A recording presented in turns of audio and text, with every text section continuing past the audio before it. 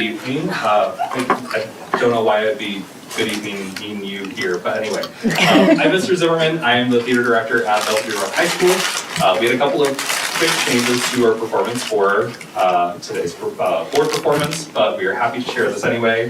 We came straight from the Belvedere North Halloween Carnival, so it will go right back to the Belvedere North Halloween Carnival right after this. Yep, pumpkin. All right. But today we want to share just a little snippet of our fall show coming up November 7th and 8th at Belvedere at the Performing Arts Center. We're doing Peter and the Starcatcher, a prequel of what was Peter Pan before Peter was Peter. Before there was Peter Pan, and kind of an origin story of where all of these characters come from. Today I have 3 senior students with me. I have Lily Davis, who will be performing the very recognizable role of boxing announcer. We have Soph Gairon, who will be playing the role of Biddle Slank, and Adam Lenman, who will be playing the role of a pirate captain that we has not. His name is Blackstash, and if you come see the show, you'll understand more. But I will let them take it away as we see a battle between 2 captains like you've never seen before. So take it away. Your face up. Okay. All right. Ladies and gentlemen, thank you for coming out tonight for our this stormy night for our featured bout. In this corner, we have direct from Slough by way of the spawn with the claggy roars. It is no mother's son, no man's pal, Bill the Rat Rascal Slough! And in this corner, sporting his famous flavor saber since the tender age of 10, the most fearsome pirate on the pike. All hands on deck for the Black Stash! A 1-round knockout match. Kicking, spitting, and gouging is preferred. Hitting below the belt is not required, though fans tend to like it. Now shake hands and come out rhyming.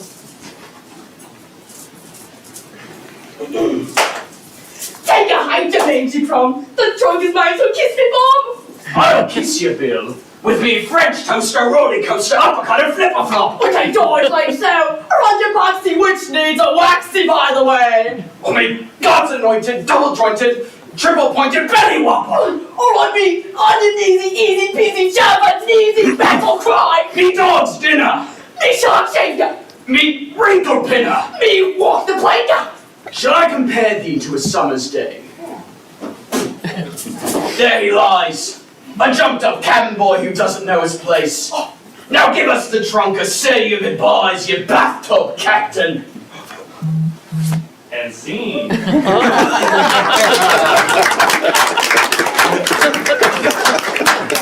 Thank you so much. Like I said, sorry for the last switch there.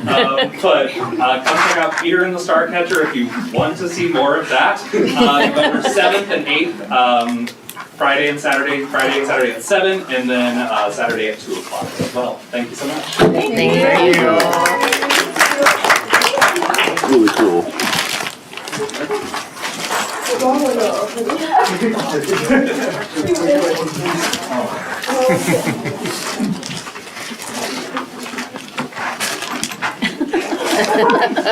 can grab a flyer or poster from the table on your way out today. Thank you. Thank you. Thank you.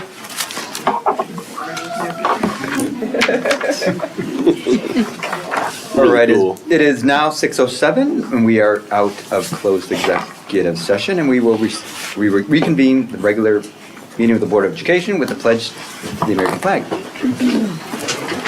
I pledge allegiance to the flag of the United States of America and to the republic for which it stands, one nation, under God, indivisible, with liberty and justice for all. Roll call, please. Mr. Dieselmeyer. Here. Mr. Herrera. Here. Mr. Hemke. Here. Mrs. Howe. Here. Mr. Mueller. Here. Mr. Piggy. Here. And Mrs. Young. Here. Before we start the regular meeting of the Board of Education, as a reminder, all board members are expected to follow our approved meeting norms and board protocol. Are there any items on the agenda any member of the board would like to amend or move? Okay, here are none. Do I have a motion and a second to approve the agenda of the regular meeting of the Board of Education on October 20th, 2025 as presented? Second. Okay, Member Hauk made the motion, Member Piggy seconded the motion to approve the agenda of the regular meeting of the Board of Education on October 20th, 2025 as presented. Roll call, please. Mrs. Hope. Aye. Mr. Piggy. Aye. Mr. Dieselmeyer. Aye. Mr. Hemke. Aye. Mr. Mueller. Aye. Mrs. Young. Aye. Mr. Herrera. Aye. Motion passes. We will now have our district celebrations, and I would like to turn this portion of the meeting over to Dr. Shug. Thank you, President Herrera. We are going to start with Principal Appreciation Week, and we have a few of our principals here in the audience with us tonight. This week is Principal Appreciation Week, and we would like to take a moment to recognize and thank our incredible building leaders. Our principals truly work tirelessly to create welcoming, safe, and supportive learning environments for every student every day.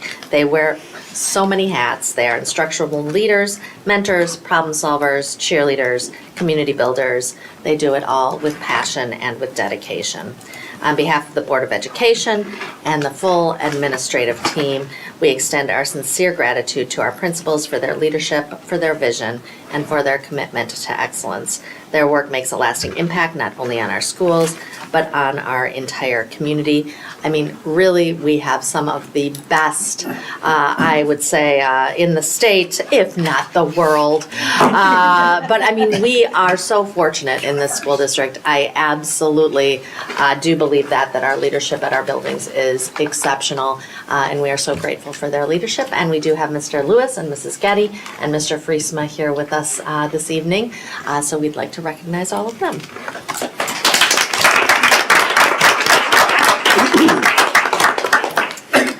We will continue with a should we take a picture of our principals, Ms. Hadley? I think we should. Get on up there. Pyramid would be fantastic. I feel like they're very capable of that.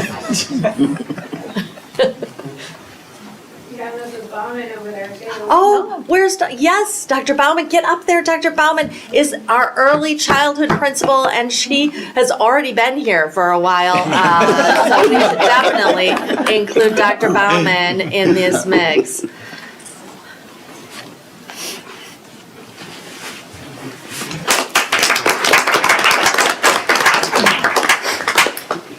All right, and we're going to keep BHS up here because the Illinois Art Education Association is pleased to recognize Belvedere High School as a 2025 School of Distinction. Belvedere High School is one of 5 schools receiving this prestigious award. This recognition celebrates schools with rigorous art, design, and media education programs. To earn the School of Distinction Award, Belvedere High School evidenced practices that directly enacted the Illinois Professional Teaching Standards, the Illinois Fine Arts and Media Standards, and social emotional learning priorities.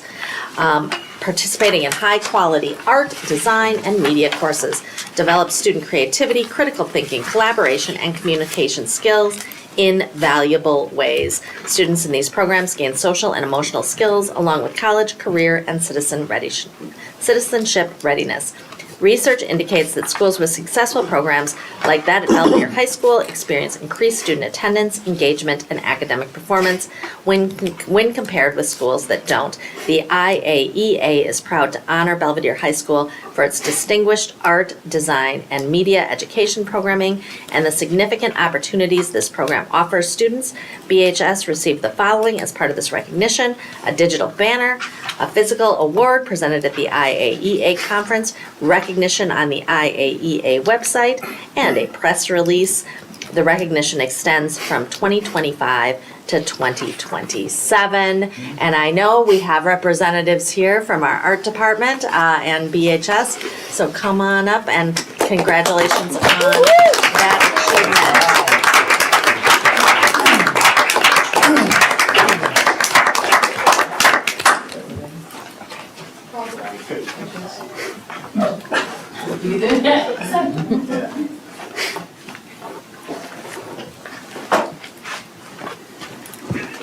Is there anything anyone wanted to say about this award?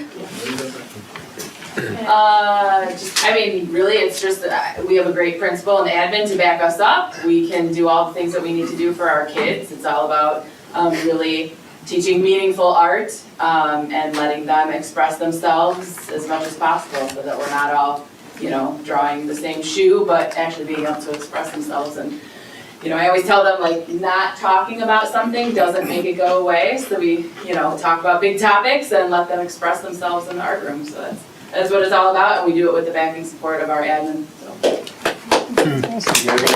Congratulations.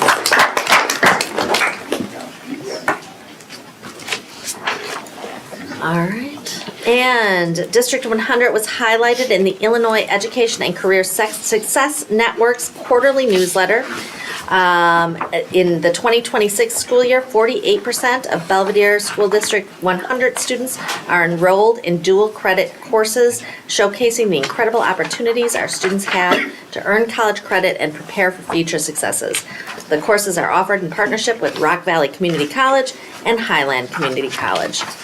In the 2025 school year, students earned a record 3,608 early college credits, the highest total in a single year.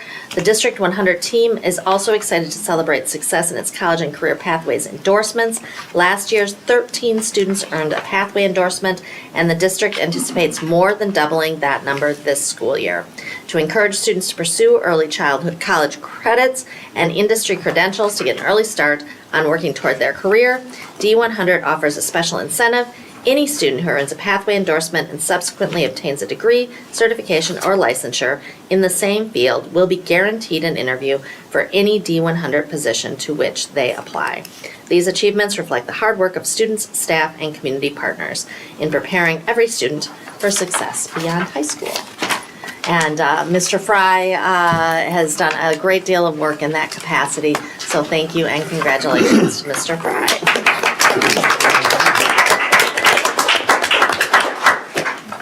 And we also want to congratulate Michael Johns. He is a certified professional supervisor. Illinois ASBO would like to take this opportunity to congratulate Michael Johns for successfully completing the training program and passing the comprehensive exam to obtain certification as a certified professional supervisor.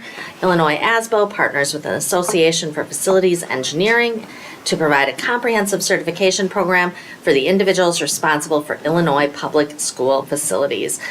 District 100 will be served well by Mr. John's efforts and increased knowledge brought to the district. Congratulations to Mr. Johns for his personal growth and to D100 for supporting continuing education and professional development. Mr. Johns wasn't able to be here tonight, but we are very proud of his accomplishment.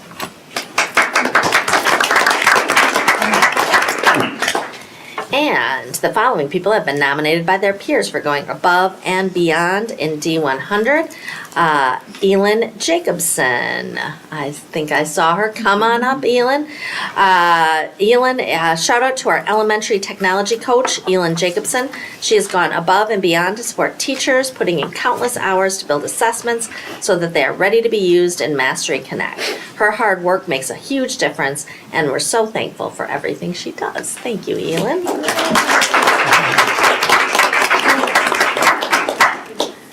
Bailey Johnson. Is Bailey here? Bailey Johnson from Lincoln. Bailey has done a fantastic job with assisting in giving us visuals to help our students and brainstorming to serve our students and staff. She is always willing to assist us even when she has other needs to take care of throughout the building. She goes above and beyond, at times pushing into classrooms to help and assist in any way she can. Thank you, Bailey. And and Jamie Fagan. All right, she's at South Middle School, and Jamie is our new guided study credit recovery teacher at South. She is amazing with students. She works with all of the grades with so many classes. She does a great job communicating with teachers. She's always smiling, and she's a joy to work with. We are very lucky to have her here at SMS. Yes, you get a solo photo opportunity. Everybody wants that. Right? Good job. All right, thank you. All right, All right. and that's back to you, President Herrera. Board celebrations. At this time, I would like to invite any board member any board members who have anything or anyone they would like to highlight or give a shout out to. I want to give a shout out to the Belvedere South cross country team and the Belvedere Central cross country team, who both competed at the state meet this last weekend. Did a great job. Very proud of them. Way to represent. I have a couple people. Yeah, go ahead. So my daughter's teacher, Mrs. Hendrickson at Lincoln, they needed a chaperone for a field trip they went on a couple weeks ago. It was in the conservation district, and I mean, it was organized chaos. You know, the students were acting like pioneers and got to play with pioneer toys and do all kind of chores. But I just couldn't get over how patient she was. She was patient, professional, caring. Even amongst all that chaos, she was so cool and so calm. So I've got to give her a shout out because it gave me a chance to be actually almost in the classroom and see what these teachers, you know, do each day. I just thought she was beyond professional and beyond patient with those students. So I just got to shout her out.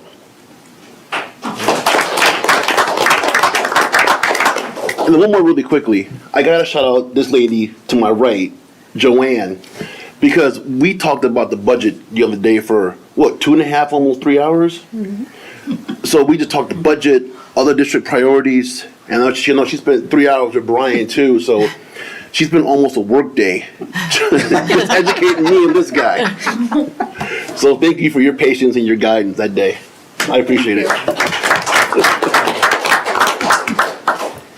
My all I've little got. crew over here. Okay. You've got office hours, I see. No, she was really gave me plenty of guidance, a lot of suggestions, a lot of things to think about. So she's a real one. She's a good one. Thank you. Anyone else? I also have some shout outs to the schools that actually, the schools that put on Hispanic Heritage Day celebrations. Had the chance to go out and I did see the one at Washington School. I was able to attend, and thank you for all those that invited the board to attend. Appreciate that. The great celebration, great activities, and even a step further when we have an administrator who's bicultural and bilingual and be able to speak the language and speak in Spanish to our families that were in attendance there. So that's a game changer, I would think, in our district. So congratulations to Mr. Viveros, who this year is brand new to the district, brand new to Washington School. So shout out to him, shout out to Washington. With the South Middle School, who also held activities, and I can't remember if there's anything else, but thank you for all the invitations to inviting the board members for us to attend. We really appreciate that. We'd love to continue to get those invitations to come out and see the activities and be at your school. So continue to do that, and thank you.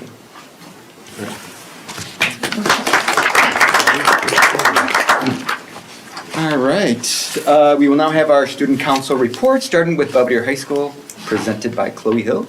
Chloe?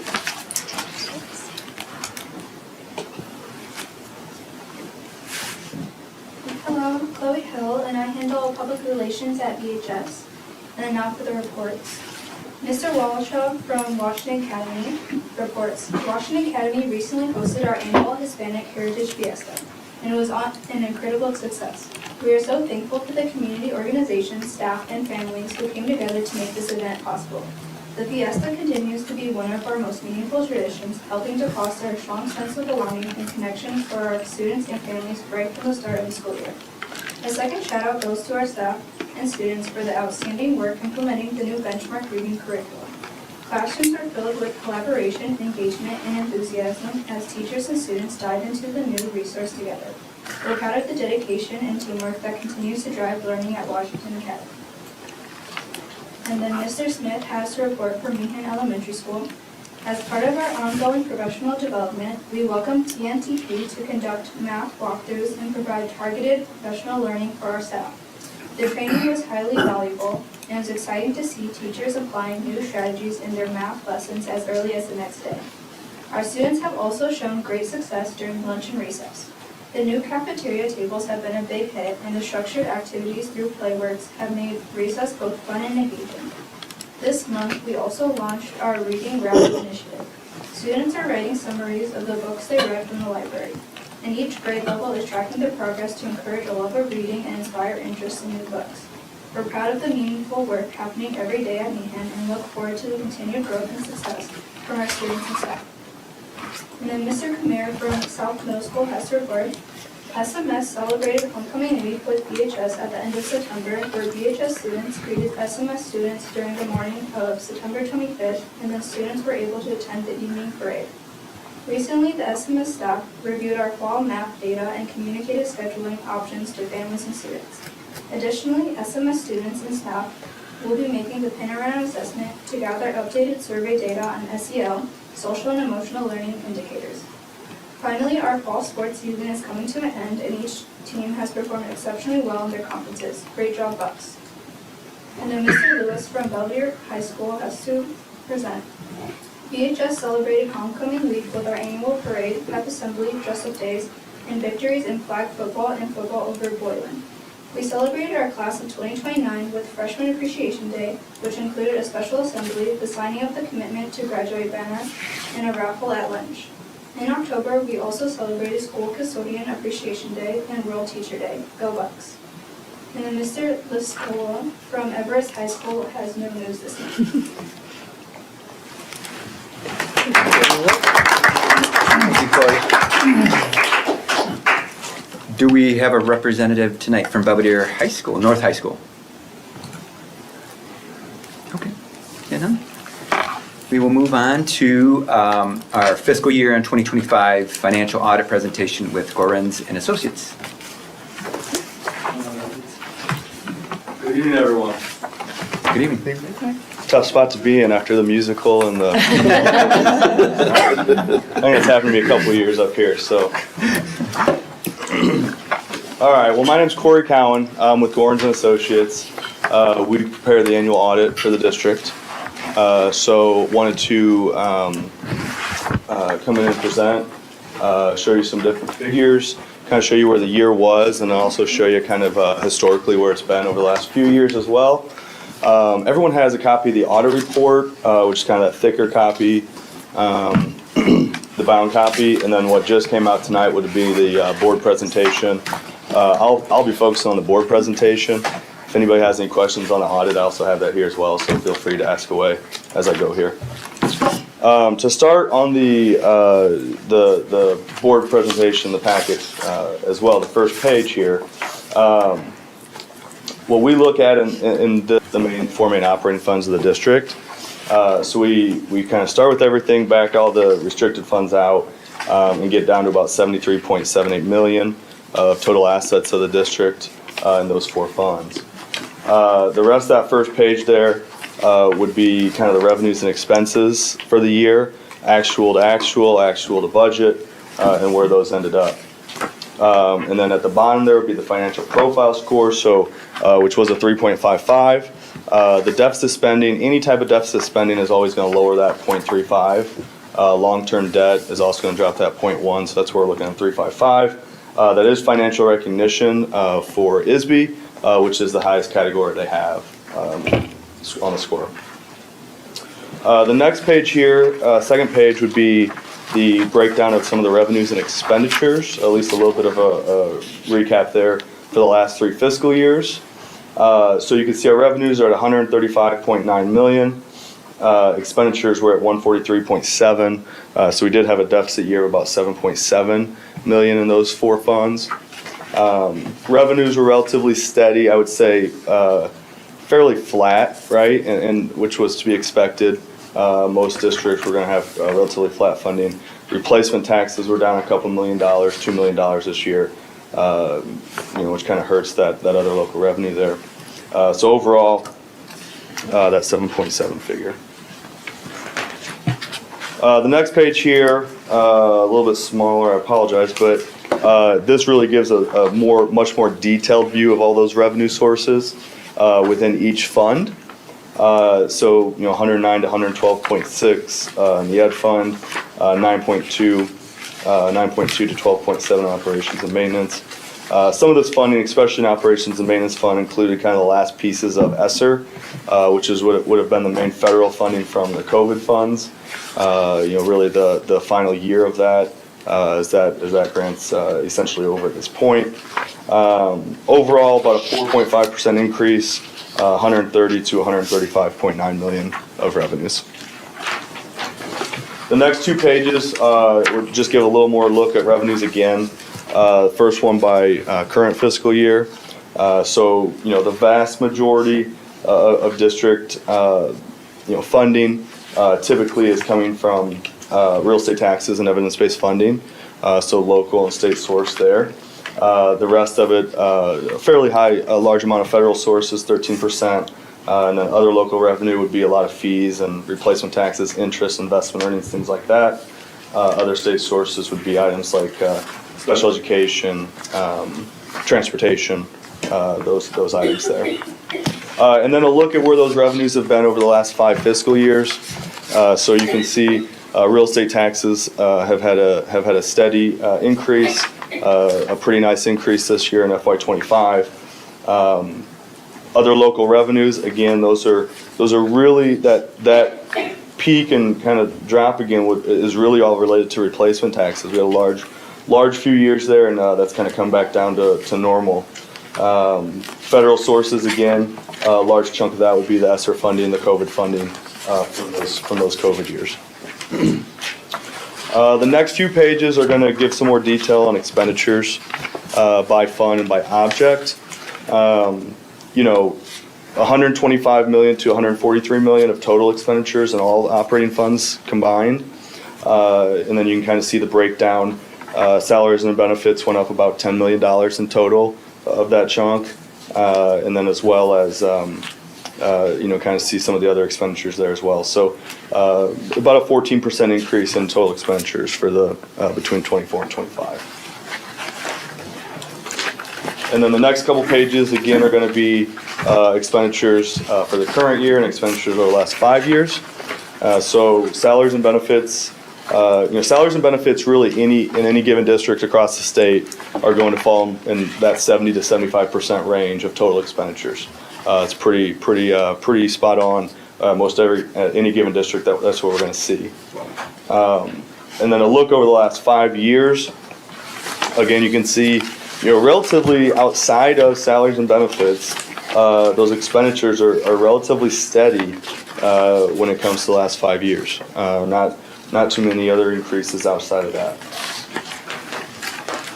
The next page here would be the revenues and expenditures over the last 5 years. So again, over the last few years, last couple years, we've been able to stay relatively close. 22 was a pretty good year, right, as far as revenues and expenditures go. When you go back to 21, is really where we got kind of close there. So you can kind of see that flip-flop there, going with some expenditures higher or over the revenues this year in FY25.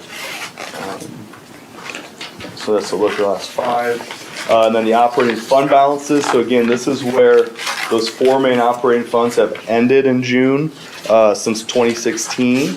So you can see, way back in 2016, about 52 million, peaked at about 89 million last year, and about down to 73.7 million this year. So, we're still over that 2020, 2021 figure. That's 73.7 million at this point. Then the last page here is really just to look at the taxes. So, as long as assessed valuations continue to rise, and they rose fairly significantly last year, real estate taxes should come in at a fairly decent pace. There's only so much, obviously, you can do here with real estate taxes. So really based on that assessed value. So you can kind of see that assessed value up at 1.283 with a 5.1139 tax rate. That will be about a $2.5 million increase in FY26 on that levy, on that current levy. So So real estate taxes are still coming in relatively steady from a revenue standpoint.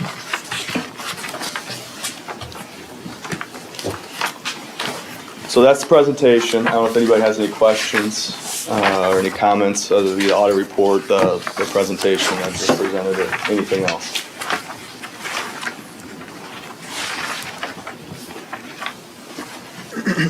Maybe this is a question for you or Joanne. So it looks like our federal funding has increased in the last couple of years.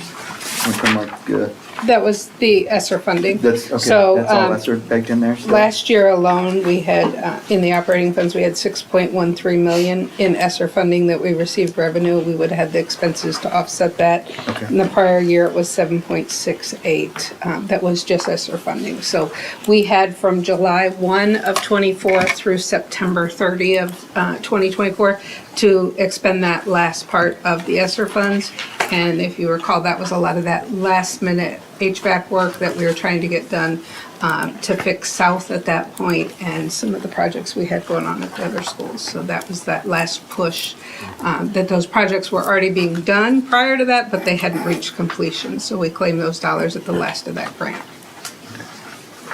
Yeah, so that's a source that obviously is attached to the expenditures, right? So as we drop the revenues, obviously expenditures are going to drop with it, so. Okay, thank you. The one thing that really jumps out is the salaries and benefits on the graph, 5 years. If we didn't have year 2021 and 2022 in there, we would just think it's natural to have a slope like this. And so I'm curious to know what 2016 to 2020 was like. And then I'm also curious to know what 26 to 2030 are going to be like in terms of the slope on that. Because that is a very significant, and I have to expect that that has a part of our deficit budget and a part of what we have to reconcile in order to get back in the black on our budget. So that's kind of a loaded comment there, but what does the next few years, or what do the next few years look like on a graph like this? And that's what we're working on, is the forecast model that'll give you a 5-year projection. This year, it's kind of hard to give you that right now because we're getting ready to negotiate our biggest labor contract. So we have the BEA union contract coming up this spring that we'll be negotiating that. We also have our maintenance and custodial on that side. So the other two union groups, BESA, BAS, which is our clerical support, and BESS, which is our paraprofessionals, we negotiated them last year, and BAS will come up in another year for negotiation. So we're trying to do some planning on that side. I can pull the data for you if you want to see it, like a 10-year spread of what those look like. It'd be very easy to kind of show you that trend of what that trend looked like. Yeah, that would be interesting. And I mean, I realize that the last 3 years, everybody has experienced just unprecedented inflation, for at least from our generation. So, I mean, I expect that. Hopefully we can project that things will normalize again with normal levels of economic inflation. So, yeah, it would be good to see. And I guess.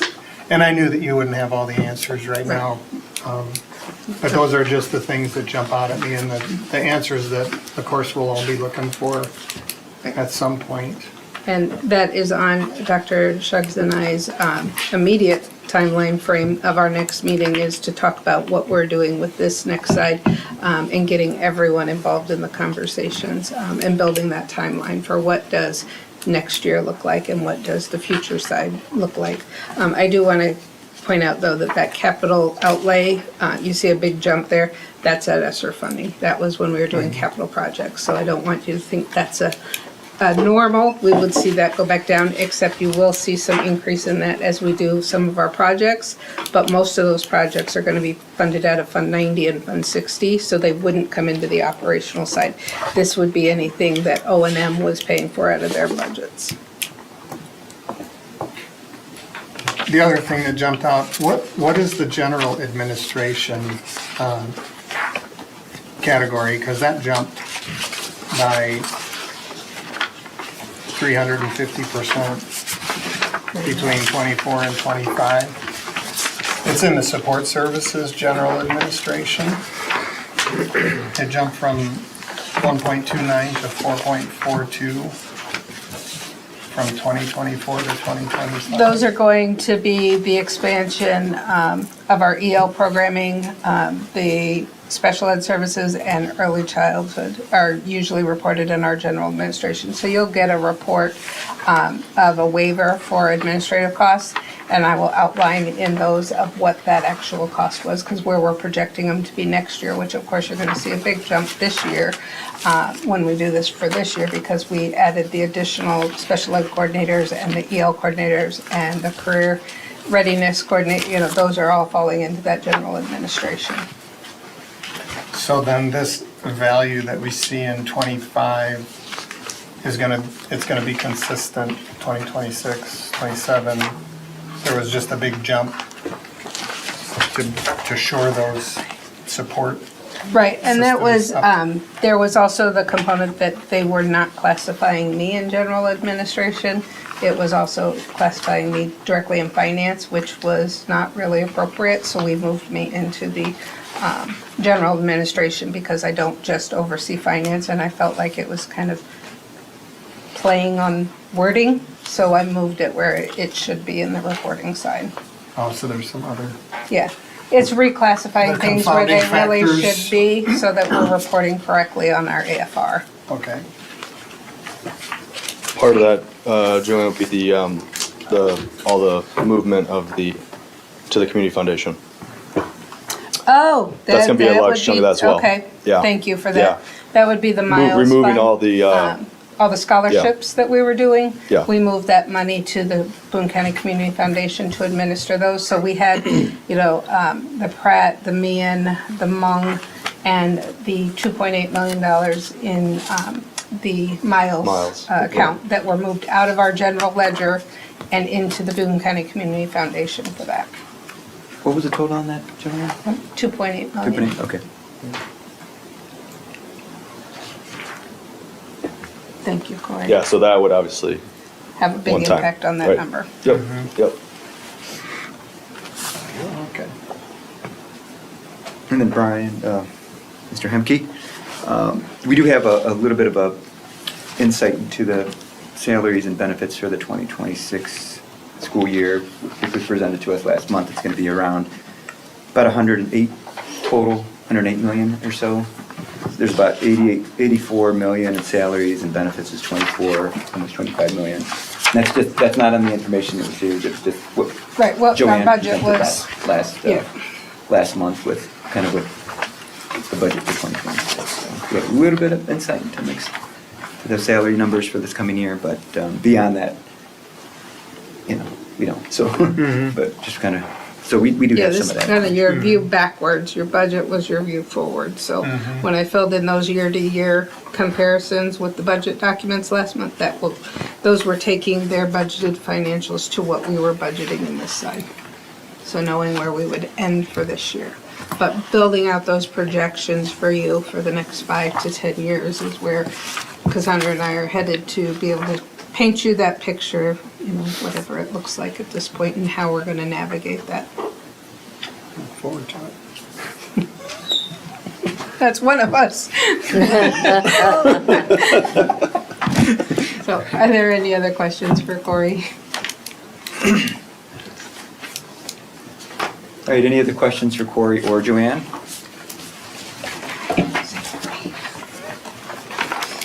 Thank you, Corey. Thank you for your work on this. All right. All right, have a good night, everybody. Thank you. Thank you. We will now have our board committee reports, starting with the educational services on October 1st. Does anyone have any questions for Dr. Carson, Dr. Johnson regarding the minutes from the meeting?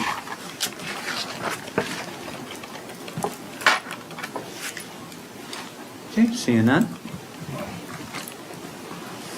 We'll move on to business services on October 7th. Mrs. Hauk, or Mr. Hemke, do you have anything you would like to highlight or share from the Business Services Committee minutes? We know a lot about solar. More than I ever thought I would know. I feel very prepared to make a decision. That's all. You amaze me. No, we had some really good discussion. I mean, between the last board meeting and, the last board meeting and this last business services meeting, there was a lot of behind-the-scenes work that was done to help to normalize some of the early information we had received from Solar on Earth to some of the information we received in RFP. And in the end, we felt comfortable that we got normalized information and we were able to look at things from apples to apples. And the components of our electric purchase that are eligible and the components that were ineligible were all accounted for appropriately. And even though the savings could have been more with a different vendor, we felt that the risk was higher because it was spread out across multiple, yet to be sanctioned, yet to be completed farms compared to just a couple. So in the end, we went with the recommendation we were going to go with at the last board meeting. So if there's any questions about it, I'd be happy to have an answer, but hopefully I gave you a little bit of confidence that that we did our due diligence. Any questions or comments for Mrs. Hauk or Mr. Hemke regarding business services? Okay, moving on to Policy and Personnel Committee on October 16th. Mrs. Young or Mr. Piggy, do you have anything you would like to highlight or share with from the Policy and Personnel Committee minutes? We got an idea as to how the portal works at the high school level. It's used for filtering data for specific classes. So me and Barbie got a first-hand look at how that works, and it's a pretty cool tool.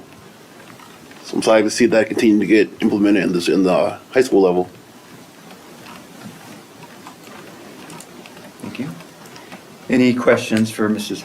Mrs. Young or Mr. Piggy?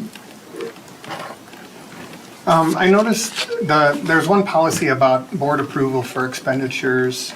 I didn't see, is that just a first read right now? Yes. 4.150. Yes. So it's a It first is. read. But did you have any questions? We can certainly respond to any questions. Yeah, I'm curious as to, the questions are related to what exactly is being changed and why. Yeah. Yeah. Mrs. Armstrong, do you want to speak to that? So the recommendation for the change is in the press policy. This mirrors press policy 100%. But in the press policy, it contains optional language that could be included or not included. The optional language is prior board approval is needed for all renovations and permanent alterations to building and grounds where the total cost will exceed $17,500, including the cost equivalent of staff time. That is optional in the press policy. It was included in our language. The concern with having that in there is we have policy 460 that talks about our contracts and how we bring bids and contracts, anything above $35,000 to board. So this is half of that amount. With the amount of renovations and work that we're doing in the facility master plan, if we were to bring everything at $17,500, that would dramatically slow work down because we'd be waiting for committee meeting and then be waiting for board meeting to approve. any of that. The one example I gave is we just planted 2 memorial trees at our sites. By the time I take the purchase of the 2 trees, the installation cost, and the time of our team that prepared the sites, we would have been in excess of that, probably closer to $20,000. And that would have delayed that project further. And I was honest with the policy. I did not know this was in the policy, so we have not been following it by any means. And so if the decision is to leave that language in there, I just caution that it will slow, especially right now while we're doing all these projects, that any renovation that we're doing, we already know we're bringing $35,000 to the board for any consideration. This would take that amount in half because the majority of the work is going to classify as permanent building changes or renovations. And so with it being indicated as optional by press, we were making the recommendation to have it pulled out and keeping it in line with policy 460, where it's everything at $35,000 we'll bring forward. I wouldn't have thought that items approved in the master plan, I guess, would have fallen into the category that would have to be approved on a per incident or per invoice basis like this. So I'm concerned about deleting it for per invoice type things, not master plan type things. Okay, they're kind of unilaterally. They would go hand in hand. It's either the policy for facility management and building programs, or it's not. The problem with the facility master plan and how that was approved is that you approve the concepts and the projects that we're doing, but every single project cost, when we do the design and we go out to bid for who's going to do that work, everything over $35,000 has to be brought to you. So this would limit that if there was a section that we were going to do, like changing out water softeners or doing things like that, that wouldn't necessarily meet that $35,000, it may hit this that I would then have to bring to you guys at every turn. So you can't carve out that it only applies to this versus the master plan because you're still approving every single project individually on the facility master plan. The board approved us to go down this direction with these projects, but you still have to approve every single project individually. Yeah, in other words, the master plan, we're approving the roadmap for the first 3 years, but the individual projects still have to come before the board. Right. Yeah. And the follow-up sentence on that press policy is the policy is not intended to discourage or efforts to improve the appearance or buildings or grounds that are consistent with the designated use of the buildings and grounds. So that is why that is labeled optional, in my opinion, is they're not trying to belabor that process. But the other side with our 460 policy for purchasing and contracts, it is very clear with the $35,000 threshold of what you're bidding and what you are bringing to approval, whether you bid it or you just get quotes, you've got to bring that forward. By removing this, that would put that consistent where we're not trying to keep track of different amounts of what has to come to the board.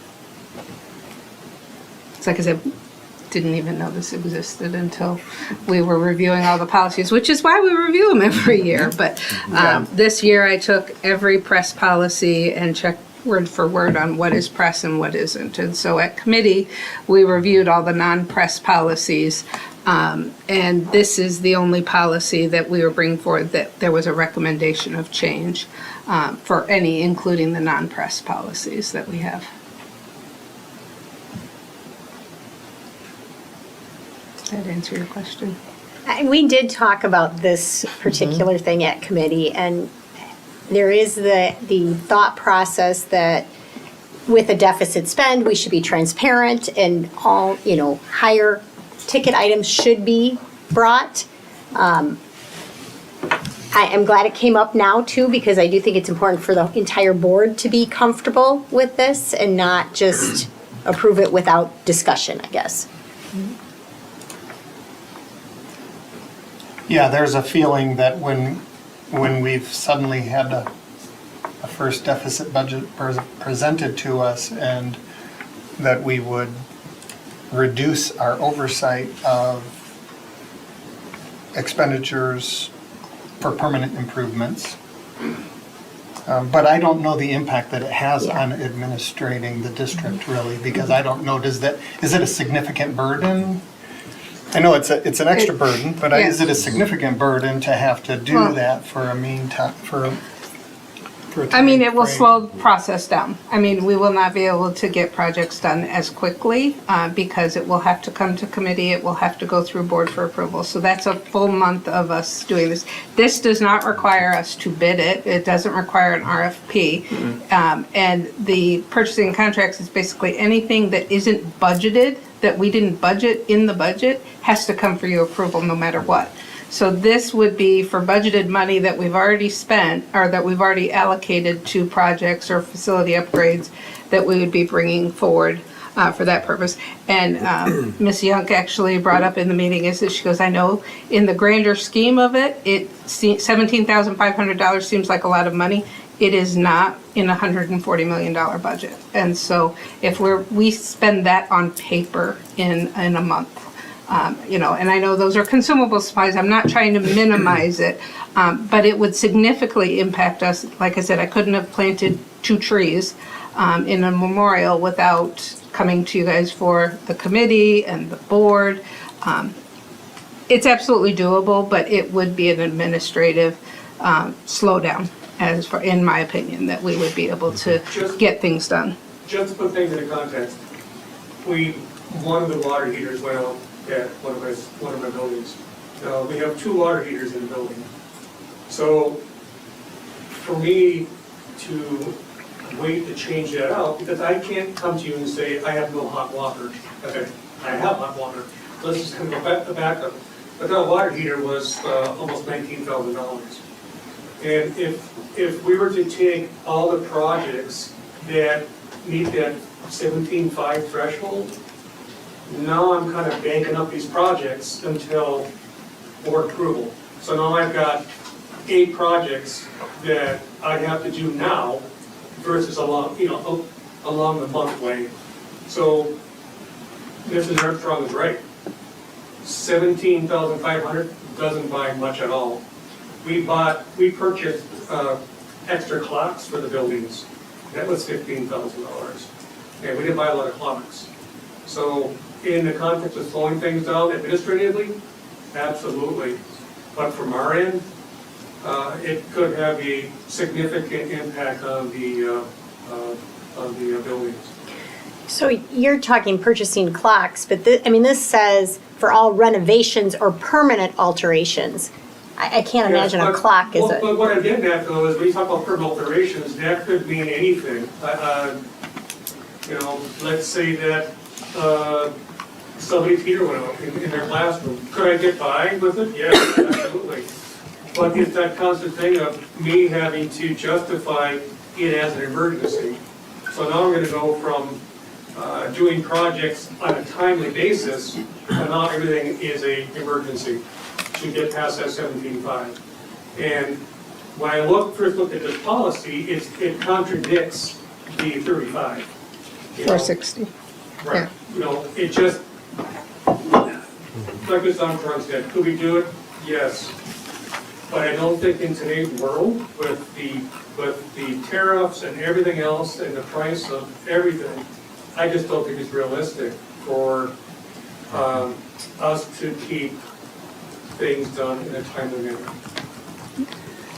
And what we could look at as an alternative, if there isn't there, then maybe a clearer definition of what you consider permanent alterations. Because by ISB standard, a permanent alteration is painting, interior painting. That's permanent alteration of the walls. It's putting in new flooring.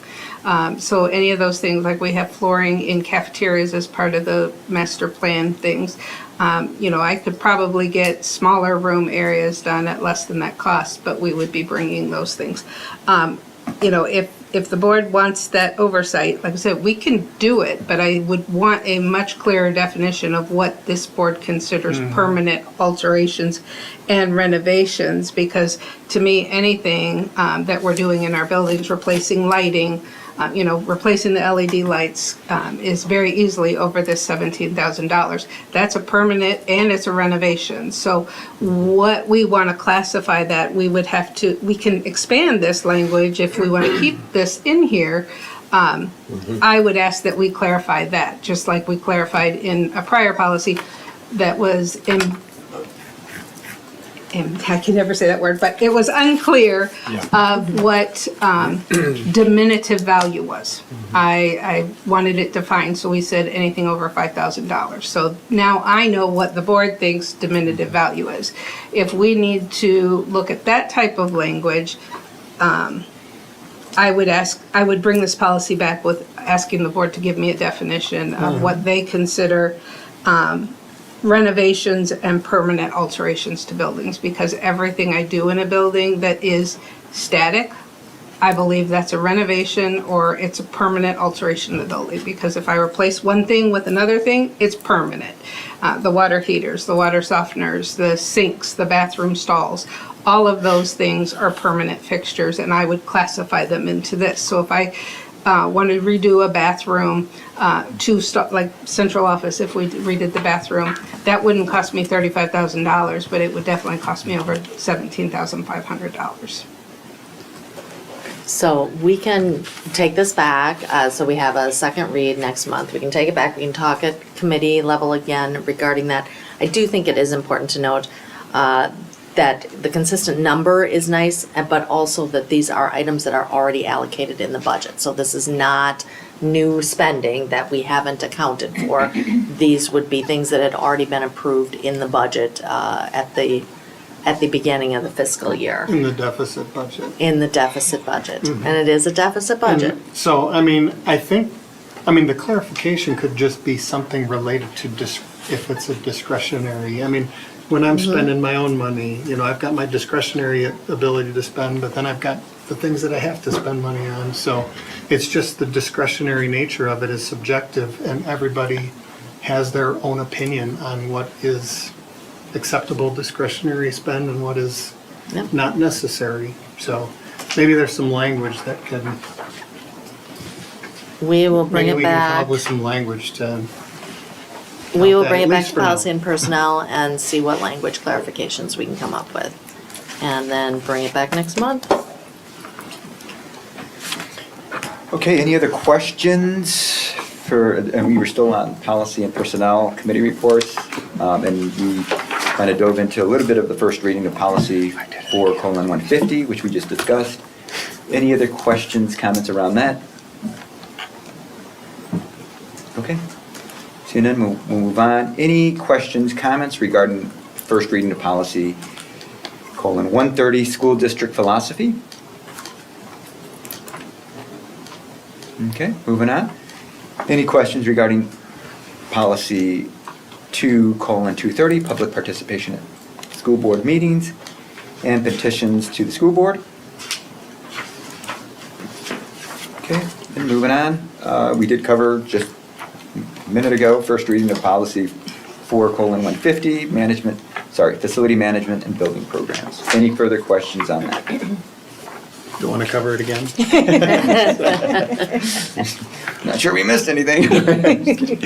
All right, at this time, members of the public and employees of District 100 may make public comments. As a reminder, any person appearing before the board is expected to address the board only at the appropriate time and follow the directives of the board president to maintain order and decorum, identify oneself, limit comments to 3 minutes, and to conduct oneself with respect towards others, and abide by board policy 8:30, visitors to and conduct on school property. Mr. Zickert, would you like to come up at this time?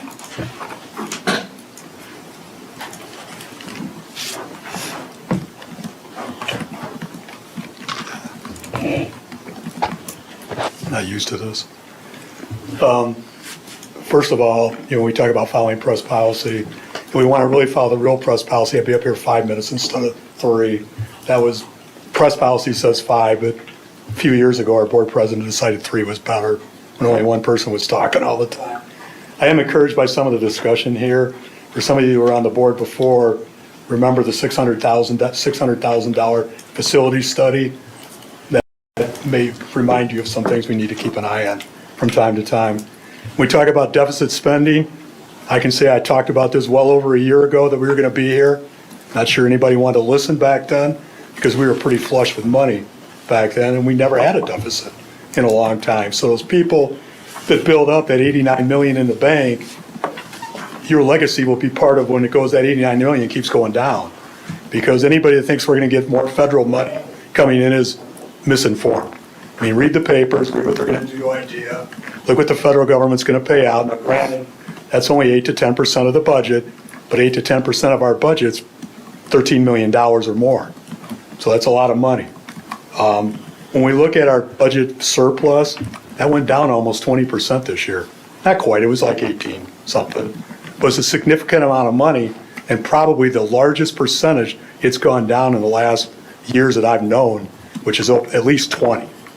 So I think we need to pay attention to that. I also think we need to look at prioritization, which I spoke about a lot before. We need to prioritize our spending. I mean, they're right, the teacher's contract's the biggest thing coming up. That's by far, in a way, the biggest contract. The last contract they got, I was on that committee, and I think it was a very fair one. I think people that complain about that, I still think it was fair. But I also know that they're going to look at, when we talk about that $10 million increase, they're going to want to ask, how much of that $10 million was added jobs, and how many of it was based on that contract? How much did the contract go up? And when we passed that contract, we were assured that we were okay, that we were going to be fiscally responsible passing that back then. So I think what we need to look at is priorities. I prioritize boots on the ground, things that directly affect students. But I think when you guys talk about whether to build new things and new projects that I know you talked about today, I'm not advocating for or against it. I'm just saying, make sure that that's your priority over something else. Because typically what we've done in the past is we'll cut, and then we'll start adding stuff back up, and we add up with a bigger number we had to start with. Last thing, because I know I have a lot of time, is academic achievement. I talk a lot about that. I worked at a school in dual language who I know their demographics aren't any different than ours. So I challenge you, when the embargo ends in a few days, look at the test scores from Barber K through 12 school, compare them to Central and Seth Whitman, and look at what can be done with a program. The guy that runs that program lives in the Belt, or he lives in Candlewick. So I mean, we have a local resource we could ask to how to pull off a successful program that scores academically well, has high attendance rates, high growth rate, and high academic success. So I mean, I think those are things, instead of getting outside consultants, maybe we look at the people around here and utilize that too. Thank you. Thank you, Mr. Zickert. Is there anyone else that would like to address the board at this time?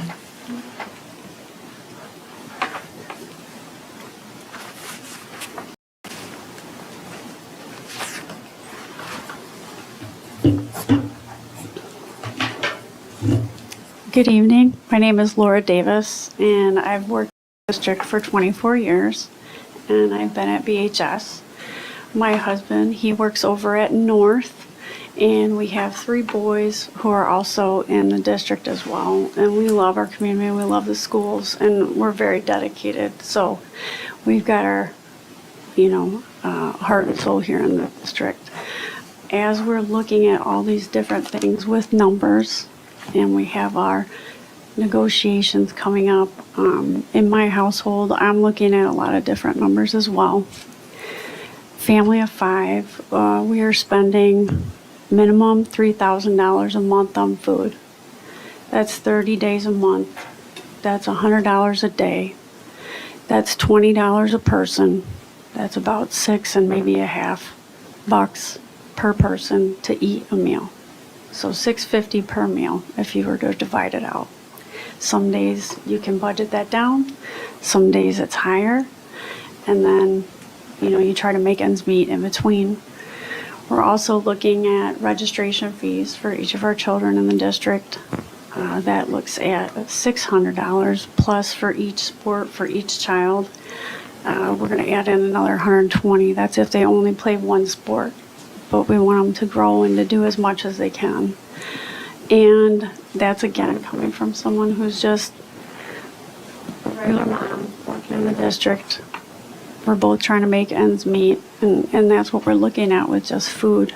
We're very grateful that the state was able to help us with breakfast and the lunch. They're hungry. They're 3 hungry boys. So it takes quite a bit. And with those hungry boys, 2 of them did go to state. So I'd like to thank you guys and thank the district for supplying them with a meal. So they were so excited. If you ever just want to see the goodness in kids or the goodness in people, go to a cross-country meet, because that's where it's at. Everybody's cheering for everyone. It's really a cool thing, and it doesn't matter, you know, if your dad's the coach or you're this or that. It's your time, and everybody's pushing as hard as they can. It's a really cool thing. Even when we went to state, the community embraced it. At the end of driveways, they had signs saying, "Good luck, runners, free water." I mean, it's a really cool thing. People just cheering for people who are trying hard, and love that. So thank you for helping them with it. So that's what we're looking at this year as well. Thank you for listening and taking those things into consideration. So I appreciate it. Thank you. Thank you, Mrs. Davis. Anyone else that would like to address the? I only need 3 minutes. First, I wanted to share with the board that every month we will have different members of our union who will be attending, just so that you know that the BEA is more than just my boring face. But we have this month, Seth Whitman is here to represent us, and you'll see the red shirts out there every month. I wanted to just mention, he mentioned the EAV when he was standing up here a minute ago. My estimated value of my house went up 40% this year. So I want a lot of bang for my buck. But you were asking about the increase, and I just wanted to mention that our last contract before this one had a 0% raise, 1% raise, 0% raise, 1% raise, and then with COVID, we got a $1,000 raise. So this last contract was a lot more generous, 5,544. But we needed that. We'd been plateaued for a while, so yes, it was plateaued in the budget, but it was plateaued for us as well. And this contract has not given us a deficit. We're ending this year, and she doesn't have we don't have a deficit right now. It's for predicting for the next one. So this contract with the generous raise, our district is doing fine, and we are keeping our teachers happy with that. We have no desire to put our district into a deficit with the next contract. And we will definitely have that in mind when we're going into it. We study this AFR and budget just as much as anybody else does. And I just want to emphasize that the budget is always a prediction. And I've been here for almost 30 years. We used to have a CFO who loved to do predictions. Every year is a deficit and never had one. Every year he's a deficit. It was the sky is falling. I don't think that's happening this year, but I do just want you to keep in mind that a budget is a prediction. It's not a forecast for sure. Thank you. Thank you, Mrs. Taylor. Anyone else would like to address the board at this time? Okay, seeing none. Next on the agenda are consent agenda items. Are there any items on the consent agenda any members of the board would like to take out for separate consideration? I will take out number 3. Okay. Number 3, personnel report. Anything else?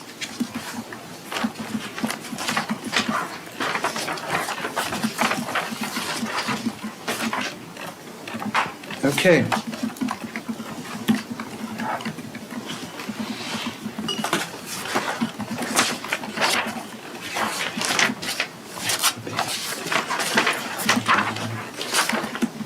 Okay.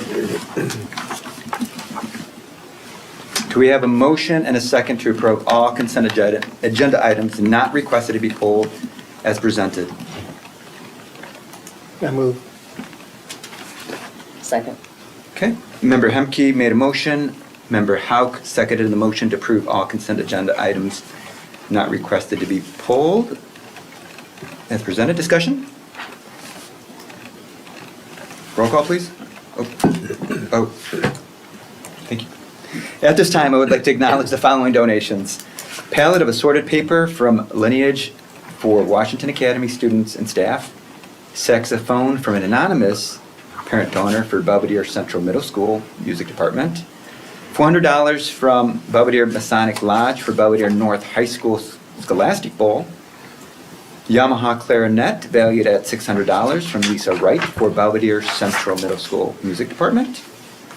Auto and construction tools and supplies from Belvedere Napa Auto Parts store for Belvedere High School and Belvedere North School auto and construction classes. A 2002 GMC Sierra 1500 from Lori Beach for Belvedere High School Automotive Department. And a 2008 Ford Escape from Mike and Stephanie Christofferson for Belvedere High School Automotive Department. Roll call, please. Mr. Hemke. Aye. Mrs. Hauk. Aye. Mr. Dieselmeyer. Aye. Mr. Piggy. Aye. Mr. Mueller. Aye. Mrs. Young. Aye. Mr. Herrera. Aye. Do I have a motion and a second to approve agenda item number 3, personnel report as presented? I'll make the motion. Okay. I second. Member Diesemeyer made the motion. Member Hemke seconded the motion to approve the consent agenda item number 3 as presented. Discussion? Okay, roll call. Mr. Dieselmeyer. Aye. Mr. Hemke. Aye. Mrs. Young. Abstain. Mr. Piggy. Aye. Mrs. Hauk. Aye. Mr. Mueller. Aye. Mr. Herrera. Abstain. Okay, motion passes.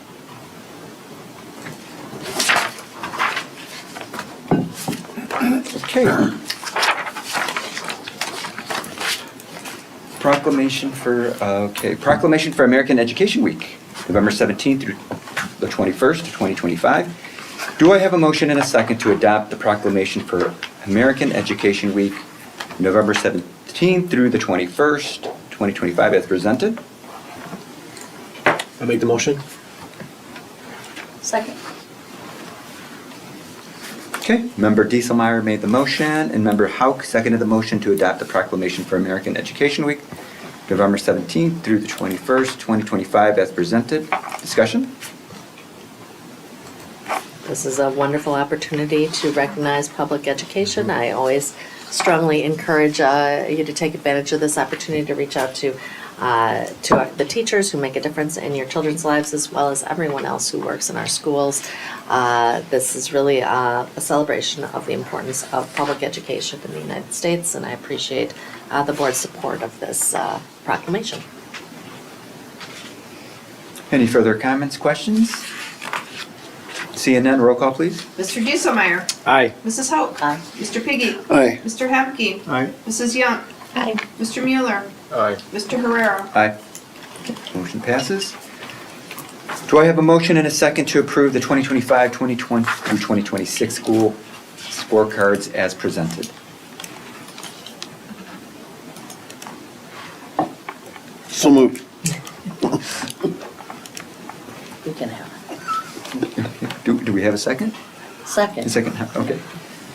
All right, Member Peggy made the motion, Member Hauk seconded the motion to approve the 2025 to 2026 school scorecards as presented. Discussion? Yeah, I noticed that there were no board members at the Ed Services meeting this last month. So did any board members who are on that committee, did you have any questions or about the? Dr. Johnson, do you want to speak to that? Yeah, I'm being asked to approve something that I don't even know that my other board members who are on the committee had a chance to ask questions about and get a good presentation on, so. Yeah, no problem. Yeah, I can speak to it. So our school scorecards are directly aligned to the district scorecard, which the board had an opportunity to approve last month. So once we identify those two top strategies, then the school improvement teams and building administration work on their school scorecards so that their work is personalized to their school, but still in direct alignment with the overall district goals. The elementary teams work very closely together, as do the 2 middle and then the 2 high school, just to ensure that at each level we're being consistent with our efforts, but yet they're able to personalize their strategies on how to get there because their student populations can look a little bit different. But yes, to your point, we presented it at Ed Services and went through, I would say with our strategic plan being in year 3, we don't tend to get as many questions at Ed Services because everybody's like, oh, yeah, okay, yep, they're up, this is what they're working on. It's often a continuation of some of the goals that they already have been working on. They're just kind of upping their measurements, fine-tuning things, because a lot of school improvement takes anywhere from 3 to 5 years. So I think on a lot of these, it just shows the continuation year over year of some of the things that they've been working on. So this update happens once a year? Mm-hmm. Yeah. So Yes. this was your once a year update reflecting on Correct. how Yes. well you did with your goal last year and making a tweak? Yes. And we spend a great deal of time on this, so we meet with administration typically at the end of the school year where we reflect on the data points that we can. Then we have an administrative retreat over the summer where we further dig into what we're going to have in terms of our district scorecard goals, and the principals then work from there to, in teams at that time, to work on their school scorecard goals. Then the principals take that back to their school improvement teams where they further refine that language.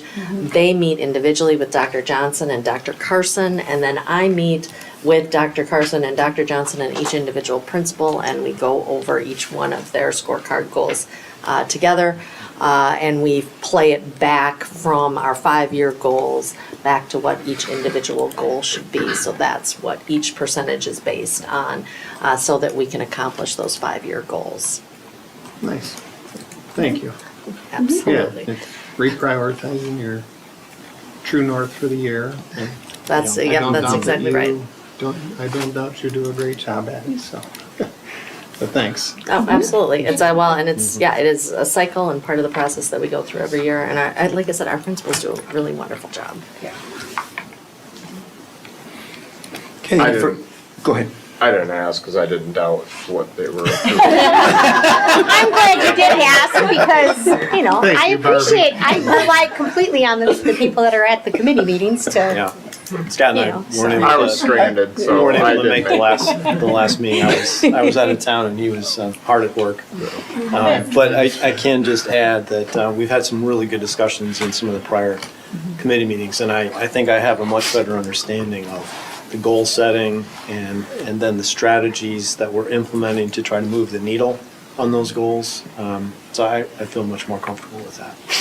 Thanks, Jeff. well, and I just want to say too, I appreciate you guys' patience with us new people who are still trying to learn what all this stuff is. Yeah. So if we ask a question, it's not, we just are trying to learn. Oh, yeah, So. absolutely. Yeah. And we are happy to Yes. talk about, Anytime. especially things like this where we have really built processes in place. And I think we have a lot of ownership on our team about the work that's happening to support those processes. So these are questions we are happy to answer, and we'll answer deeper on December 15th Yes. Yes. meeting when Dr. So- Johnson will dig into all of that. That's a good point, and a lot of our district goals as well as our school scorecards are aligned to what you'll see come out for some of that data. Yeah. It'll be exciting. Yeah, and we rely on dividing and conquering. Yes. So when I saw that nobody in there was there. That we failed. Yeah. Not failure, not failure. You didn't show. It's a good question to ask, so, Absolutely. for sure. Thank you, Dr. Johnson, for answering, covered those questions on the school scorecards. Any other further questions, comments, discussions? Roll call, please. Mr. Piggy. Aye. Mrs. Hauk. Mr. Mueller. Aye. Mr. Hemke. Aye. Mrs. Young. Hi. Mr. Dieselmeyer. Aye. Mr. Herrera. Aye. Motion passes. Do I have a motion and a second to approve the portrait of a graduate research study proposal as presented? Can you just give us a little more detail as to what this is? Yes, but probably we should do a motion in a second, and then sorry. in And then discussion, we'll go I into will go discussion. into that. Yeah, I move. okay. I'll second. All right. Okay, Member Hemke made the motion, Member Young seconded the motion to approve the Portrait of a Graduate Research Study proposal as presented. Discussion, please. All right, absolutely. So Dr. Carson is the mastermind behind this particular research study. You've seen research studies come before you in the past, including our elementary schedule study and our early childhood research study, our inclusion research study. This is typically the format we use to bring a question we have to the board at the beginning of the process, and then we bring it back at the end of the process to approve whatever recommendations we are going to make to the board. So the research study proposal in here is really to define our portrait of a graduate. When we did our strategic plan, we created a portrait of a graduate as well as the portrait of an adult in the system. We wanted to really try to say, what is it that we are hoping in terms of graduating our students, what would we want them to look like? And we had a list of characteristics that is a part of that. While we've been working through this strategic plan, as Dr. Johnson noted, over these past 3 years, we really haven't drilled into what does that portrait of a graduate really mean to us, and how does that align with our strategic plan goals and the work of the district. And so we really wanted to do that, and Dr. Carson really wanted to do that by empowering student voice. So this is going to be not only a research study that'll look at what is it that we want our student graduates to look like, but to also have that led out by our students who are current students right now. So I think it's going to be a very powerful next step in operationalizing that part of the strategic plan that again really looks like, what do we want our students who are graduating out of District 100 to look like, and give those students really an empowering voice to make that discussion as relevant to them as well as future forward thinking as possible. You can see the details here for that research study proposal. Dr. Carson couldn't be here this evening. I know he would be speaking to it much more eloquently than I am because again, he has really got, I think, his heart deeply invested in this particular project. We are looking for a board member to serve on this team. If you are interested in doing so, we would love that. And you can see the charge for the team and the work that we're anticipating there in the research study as well. Other questions? I would say his presentation, if you're able to click in, the presentation is just a nice quick walkthrough. But he does plan on training up our students on leading some of those focus groups. I'm excited for that. Yeah, and thank you, Dr. Johnson. Yes, the presentation walks through all of it in some really nice detail as well. And that's what Dr. Carson shared at the Ed Services Committee meeting. So, and maybe I'm missing where it's at in here. Where is the presentation? Click the blue link that says presentation. It's if you click on approve the research Oh, and study proposal, I'm still learning this platform as well. I know, it's great. That should bring up where there's more to it. I saw the one that said it was gonna be $35,000 to $50,000. Is that's not where that's. No. This is no cost. That's what I'm like, what exactly is this? This is no cost. This is a free effort. If there are costs that are associated with it, they would come back to the board. Not quick on the research. Yeah, I think it's. Do you see? Can you pull up the presentation, Yeah, Ms. to me, Hadley? I think it's a really cool initiative to get the students Yeah, involved in painting that vision for what does success look like. That's essentially what it is. And You are exactly right. Made me forget my motion and everything. not only getting them to, put their handprint on it, but also get experience working in committees and just a lot of good things that could come out of that, so. Yeah, I think really engaged in a leadership opportunity outside of what their normal experiences and engagements would be. I do, and I love that. Yeah, what would success look like is exactly what we're trying to get at. What was the cross-section of the committee that developed the graduate portrait that we currently have? Because that's a really good one too. I mean, it's really good. So I'm just wondering, is this a broader cross-section of? So the strategic planning group, which was about 50 stakeholders from, Mr. Piggy was a part of that. Ms. Hauk, were you on that team? Mr. Herrera was there. Staff, students, community members, all were representative of that. I don't know that we will necessarily move away from some of the terms and language there, but it'll really be about what does that mean to us? So if this is the description of a portrait of a graduate, how is it that we're gonna evidence that? What does that look like? He calls it. Oh, is that what this? He calls it operationalizing, is the Yes. term he uses. Yep, but it's operationalizing it. really, how does the rubber hit the road? Okay, that's cool. Okay. And that Taking doesn't it mean one that- step further than Correct. just bullet points on a. Yeah. Correct, Yeah. very, very much so. It's not just, value statements, bullets on a piece of paper. It's, if this is what we want our graduates to look like, how are we gonna make that happen? And we might change some of the descriptors, add some, revise some, but the goal is really to make it, operationalize it, to make it meaningful. Where does the rubber hit the road exactly?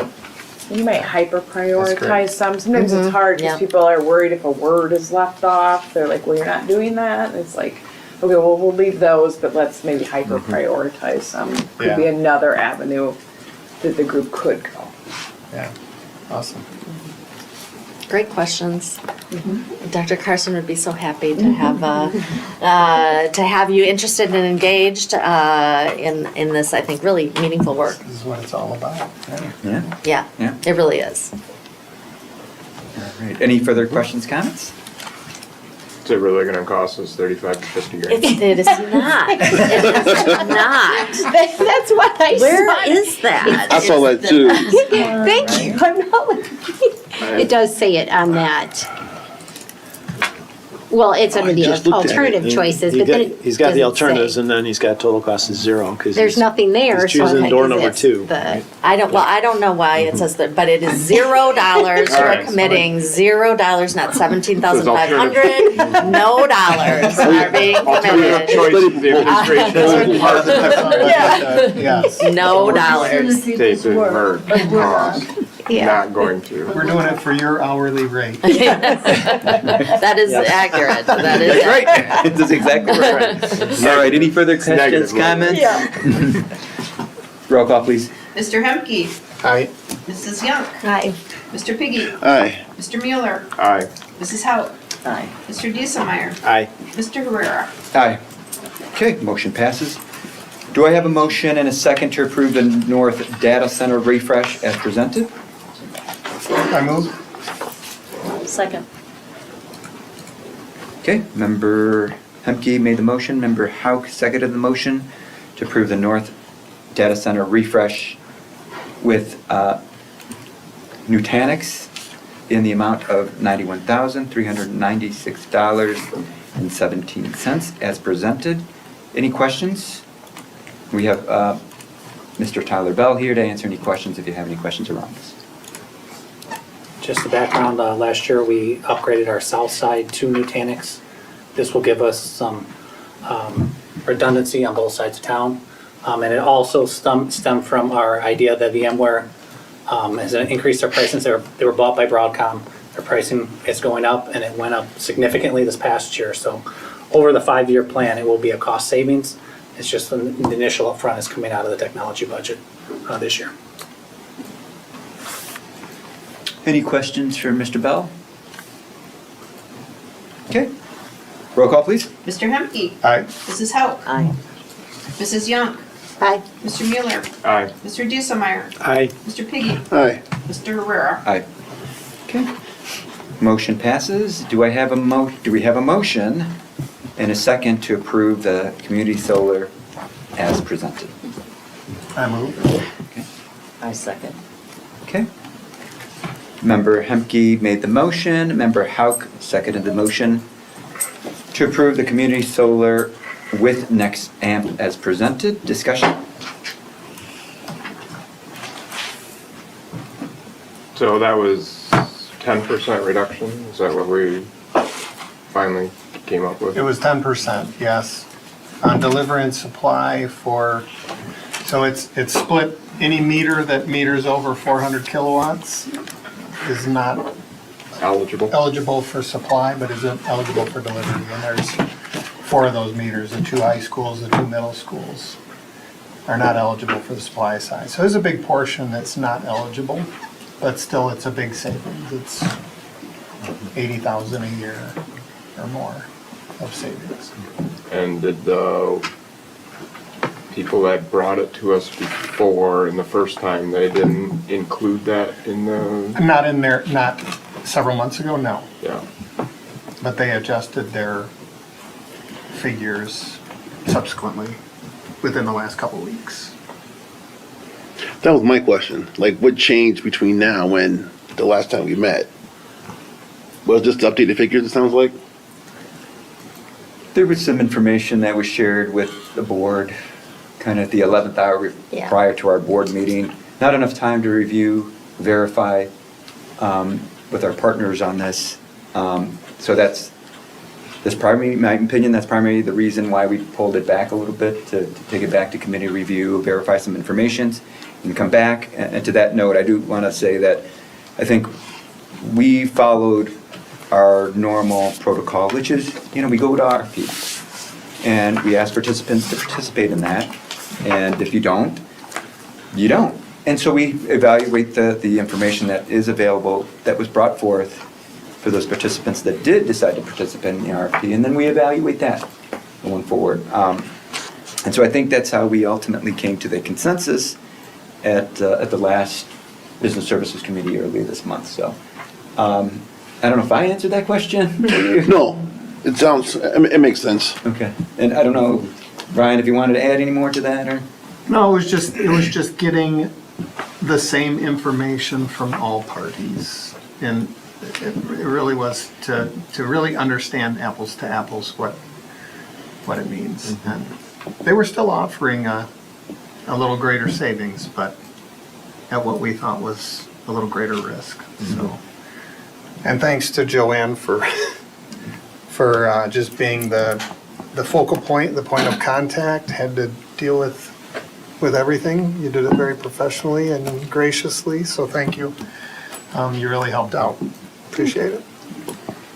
I do want to comment that we did have a separate attorney with experience reviewing solar contracts to review the next AMP, the contracts that will be coming forth on that. So, there's some recommendations that will be worked on through that, but I think at this point we're working on approving community solar with next AMP, and then the contracts will be ironed out later. So if the board goes ahead and approves this community solar with Nexamp, then our usual practice is I will start negotiating the contract with the vendor to make sure if there's some edits or changes we want to make. The edits and recommendations that came from the solar attorney as well as the district attorney were very relevantly the same at most levels.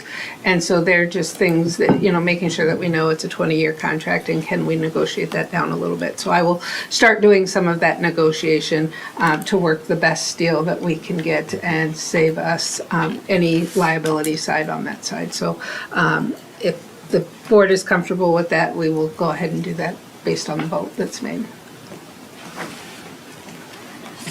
Any further questions, comments? Okay, seeing none, roll call please. Mr. Hemke. Aye. Mrs. Hauk. Aye. Mrs. Young. Aye. Mr. Dieselmeyer. Aye. Mr. Mueller. Aye. Mr. Piggy. Aye. Mr. Herrera. Aye. Motion passes. Okay, do I have a motion and a second to approve the MOA for high school data analysis project as presented? Can I make one comment? I'm sorry. I would like to thank Becky Thompson from Nania Energy for helping us navigate this process we've been going through since June. I apologize for breaking No. chain of thought, but she has traveled to be with us many times to have this conversation, and she has really helped us drive through from someone who doesn't do business with the district, is not one of our normal contractors. She has been more than willing to show up and help us understand and learn more about community solar. So I do very much appreciate your contributions and your help navigating this for us. Without you, I would not have been able to make as much sense of it for our board members. So thank you very much, Ms. Thompson. Thank you, Mrs. Thompson. And yes, she was one of the partners that we were working with to try to get all this figured out and ironed out. So yes, your efforts to this was very, I very. forgot you were here because I can't see you. but Yeah, thank you. the podium's in the way, so I'm sorry for interrupting. No worries. Thank you, John. Okay, so do we have a motion and a second to approve the MOA for high school data analysis project as presented? So moved.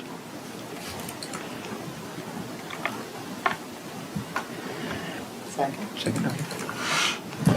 Okay, Member Piggy made the motion, and Member Hauk seconded the motion to approve the district.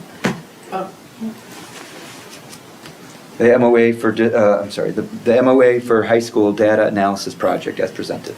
I'll make the motion. I'm sorry. It's already motion. Yeah, so You already discussion, I'm have it, sorry. okay. You got the motion. So let me re-clarify that. We had some confusion here. So, Member Peggy made the motion. Member Hauk seconded the motion to approve the MOA for high school data analysis project as presented. Discussion, please. I'll just say that this is what Mr. Piggy brought up earlier, the portal that we got to view at policy the other night. It's impressive.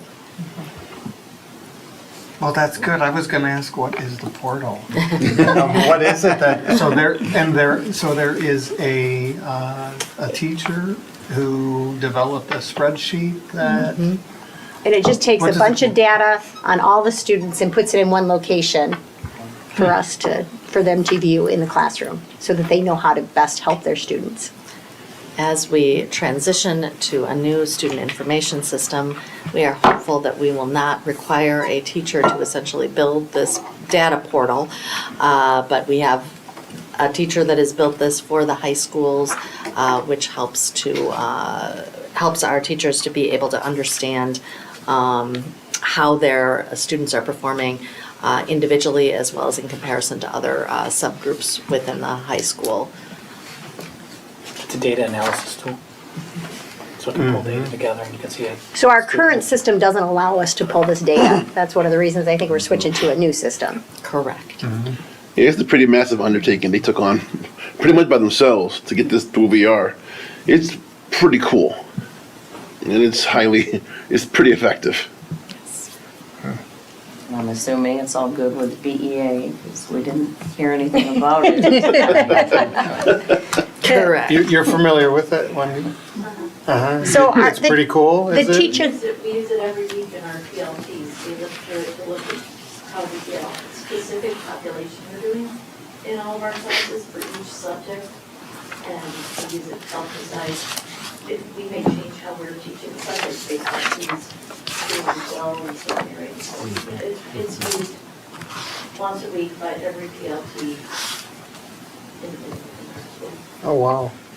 I'm glad you're here to get your endorsement. It's one No, of the that's most effective. meaningful. I really hope that the new system, or whatever is supposed to do this for us, works. But if it doesn't, we have this guy. All right. so this is us approving a one-year stipend to give to Yeah, this right. teacher who created. Yeah, that's what Yeah. I just wanted to understand what it actually was, yeah. Yeah. I mean, it's cool. No, we actually, there was a teacher at policy that actually opened it up and let us play around in it and see it all, and yeah. Yeah, we should encourage it. I mean, we should encourage that, Yeah, yeah. I mean, when our teachers to are. develop tools, their own Exactly, tools. we've got very talented teachers that we need to, yeah. Yeah, this is a good one. All right. Any further discussion or comments, questions? Okay, roll call, please. Mr. Piggy. Aye. Mrs. Hauk. Aye. Mr. Dieselmeyer. Aye. Mrs. Young. Aye. Mr. Hemke. Aye. Mr. Mueller. Aye. Mr. Herrera. Aye. Motion passes.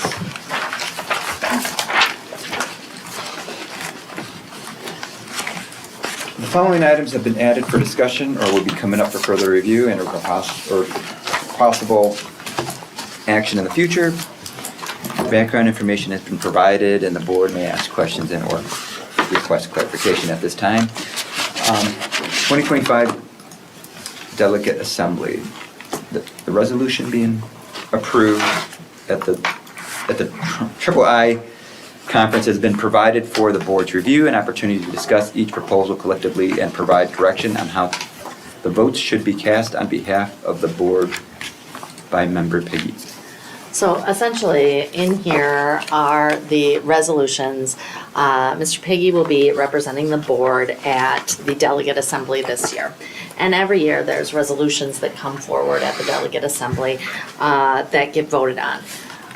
Sometimes there's ones that are controversial. Essentially, what there are is constitutional amendments, which are really just language modifications to make the board function better, and through their own legal reviews and whatnot, different recommendations that are made.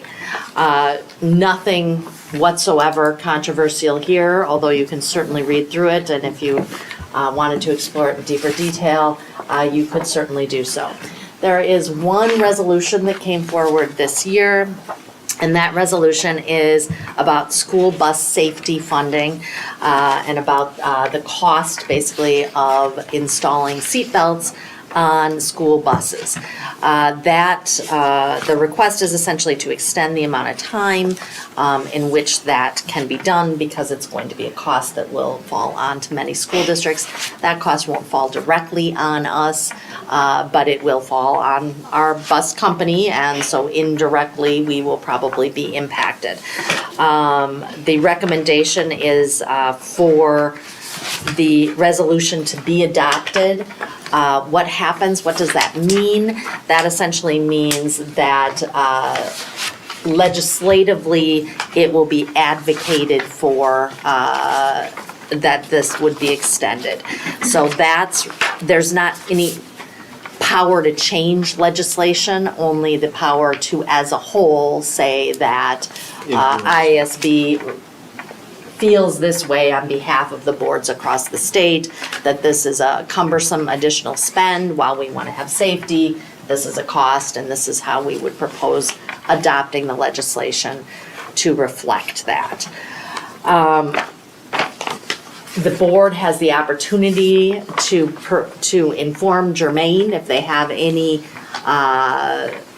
feedback on how they would like him to vote. Otherwise, Jermaine's really on his own to vote on behalf of the board, but presumably he would vote yes for all of these, as they are all recommended to be adopted. And again, I don't think there's anything controversial here. Jermaine and I had a little bit of an opportunity to talk through that, but we wanted to bring it to all of you to see if there was anything else that we should take into consideration as we prepare to send Mr. Piggy out to represent the board. Mr. Piggy, anything you wanted to comment on? No, I'm actually looking forward to it.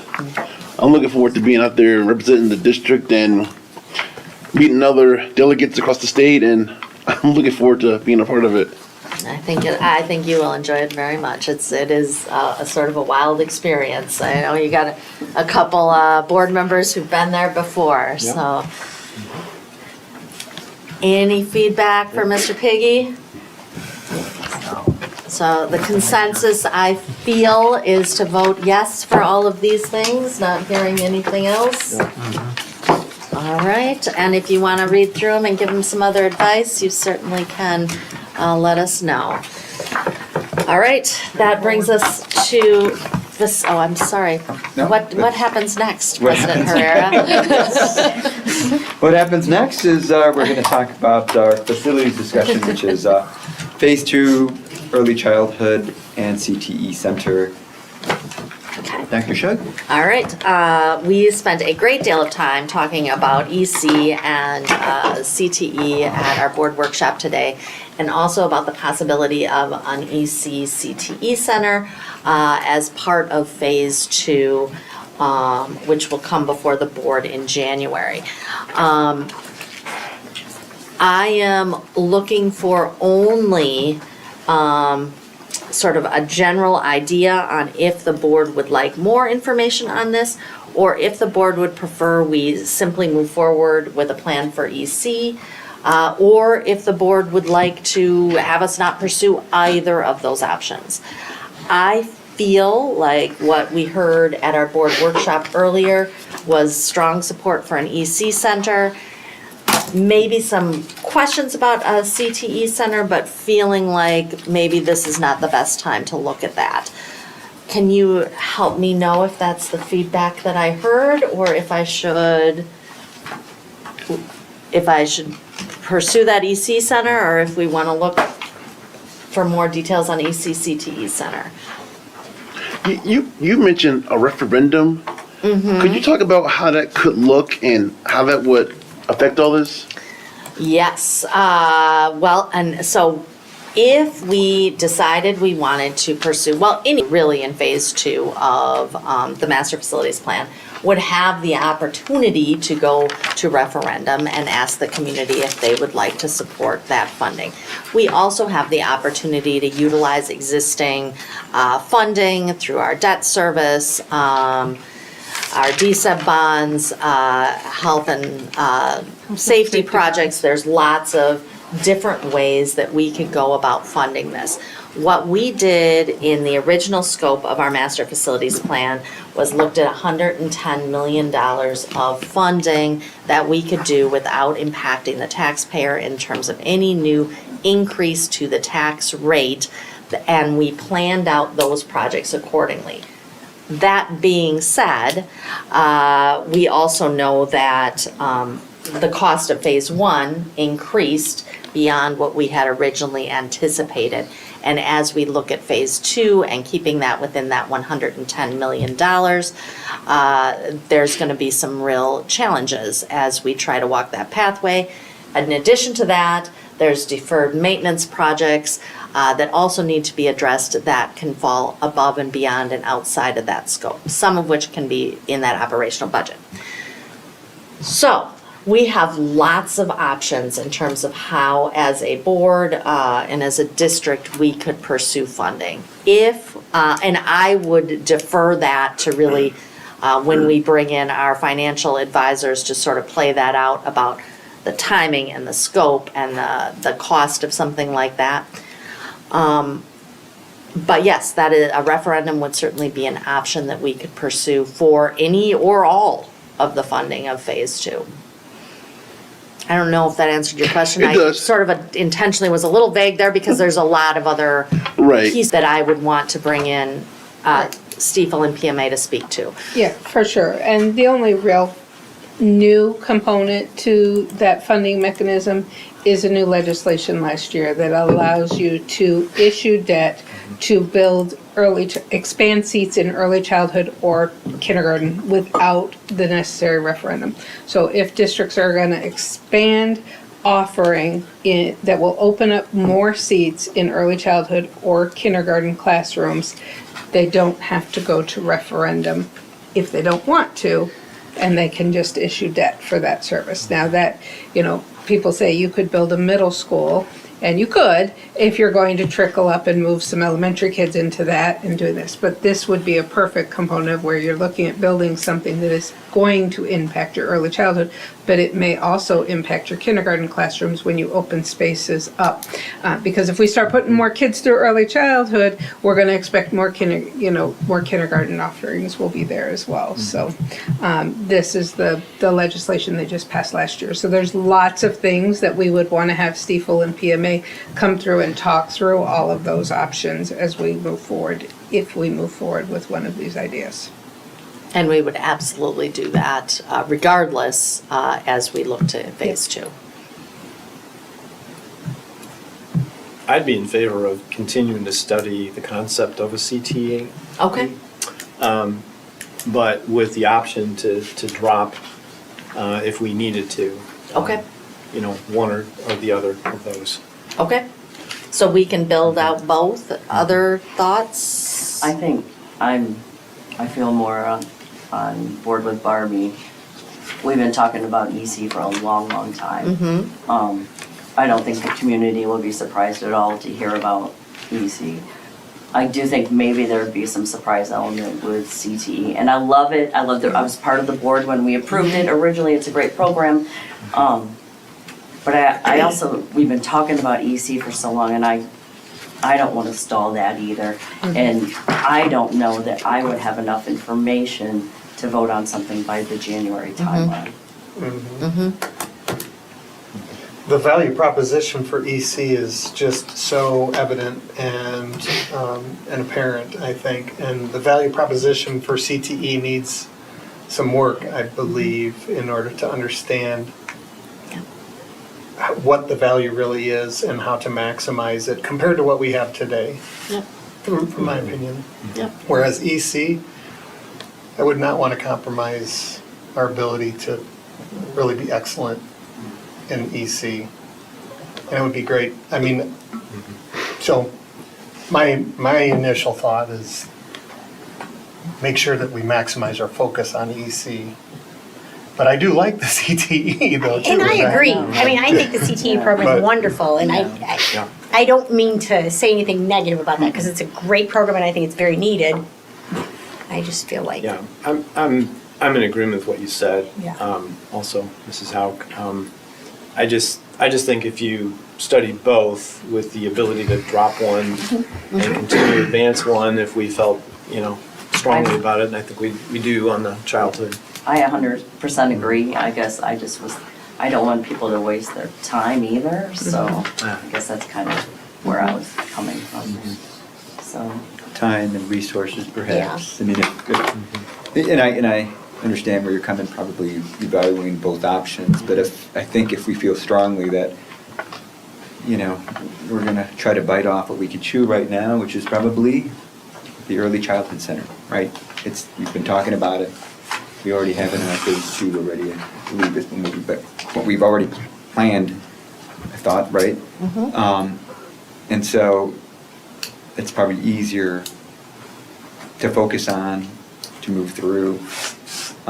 Although, again, the CTE, it's all great. It would be great, but I think if we expand too much too fast, that's, run into some challenges. Yeah, what I was kind of thinking is, what if you ended up saying, I can only afford to do one right now, but I'm planning eventually to do 2. Yeah. So by that way, if you wanted to have an actual, in one building altogether, maybe you could have a plan that says, I'll build this part of it now, and I'll build this other part of it 3 years from now, or 4 years from now, or something like that. Phase 3. Right, something like that. That's kind of what I was thinking. 2B. I think that that's something we can definitely take a look at doing. I think that is sound thinking. I think one of the really nice things about the possibility of CTE, again, is I think we can generate some community support, and we have already some funding to do some of those supports. So I think we could probably do, as we're looking at that EC piece, we can do some of our, sort of to Ms. Hauk's point, building of that support for the thinking around a CTE center, and see if the community, if that's something that they would be behind or not. But I definitely do agree. I don't want to expend the resources of Nexus or of our administration if we really feel like, this is just too much. We're dealing with a deficit budget, we're going into negotiations, we got a lot of financial pieces that we're managing, as well as increased construction costs. I would not want to do anything that would potentially compromise moving forward with EC. So I think that we can pursue that. How do you feel out there, Mr. Fry? But I think that makes a lot of sense too. So I'm very happy to do that, and we'll also try to be forward thinking about what that looks like in the case that we can expand in the future. Does that feel okay? Yeah, I think your comment about the value proposition needs to be fleshed out a little bit more on the career side of things. I think that's true. And the burning platform. Yeah. Also. I think those are kind of the two elements that would be really good to spend a little more time on. Burning platform, value And proposition. what would the savings look like, and Not only the savings, what will the expense is gonna look like. Yeah, right. The extra expenses, we're already whittling away at our honey pot, so Right. are we gonna be out of money quicker by adding this on? I mean, I'm not against the EC, but also this is gonna be a burden on the taxpayer in the end. So, Yes, well, and I'm hopeful that the investment in early childhood will actually hopefully save us money at the end of the day, because we will be able to minimize some of the work we're doing at the other end. I am very hopeful that that is what it will be. There's a lot of research to indicate that. Yeah. But I absolutely appreciate that we don't want to increase that tax rate or increase the burden on the taxpayer. I'd be curious to hear more from the financial advisors. Absolutely. Get their we thoughts do. on it and maybe see what they suggest about funding and everything. Yes, well, we will absolutely be doing that, And we yes. did have a meeting, if you want to Correct. go back and listen to it, I forget, a year ago, maybe? No, it was longer than that. October. Yeah, it would have been around. Last year, it was a Oh, year was it? ago, it was a year ago. And it was really interesting, Yeah. the things they were saying, you can go back and listen. And as we build phase two, we will need to bring them back. Right. So this is helpful information as we build phase two. And again, all those costs that we were looking at in October of last year have increased. So we will bring them back in.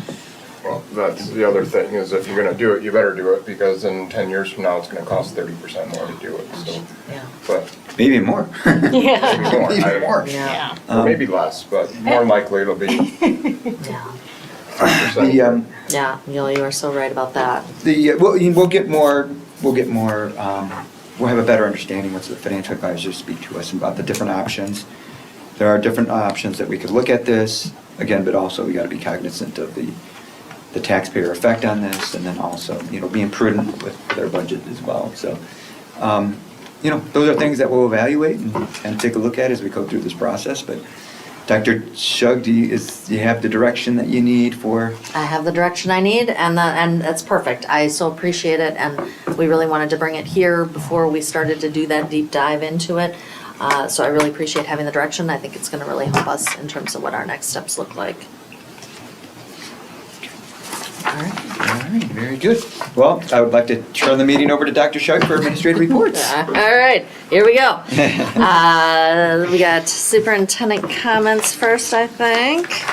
Yes. All right. And homecoming, we had homecoming this month.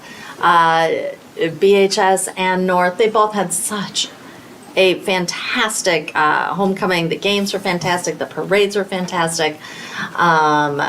Just every single part of it. When you have homecoming week, it's a super exciting time for everybody there. It's also a super stressful time for everybody there.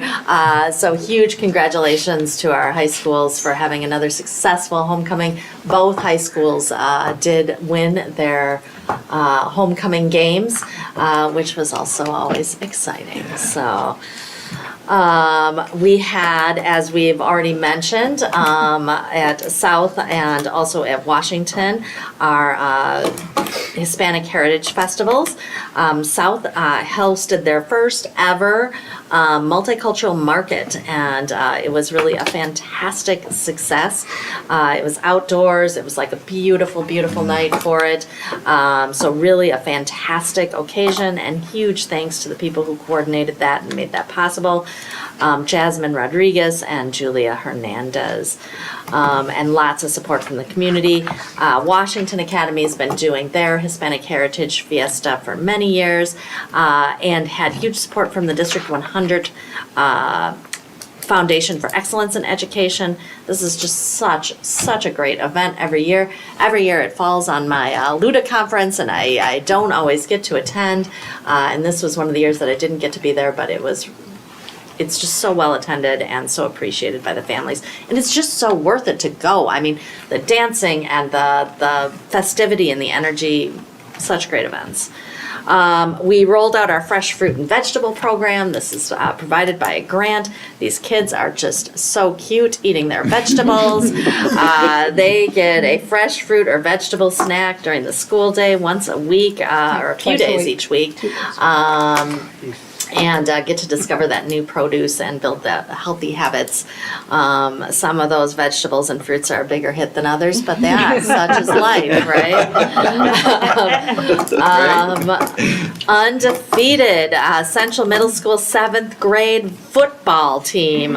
Huge congratulations to them on their undefeated season.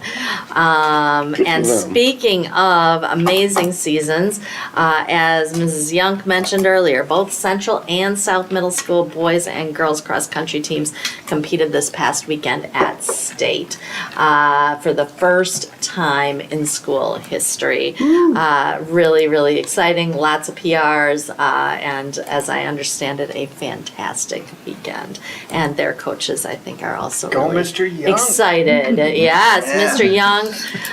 Is not in any way surprising that Mr. Young had a successful coaching season.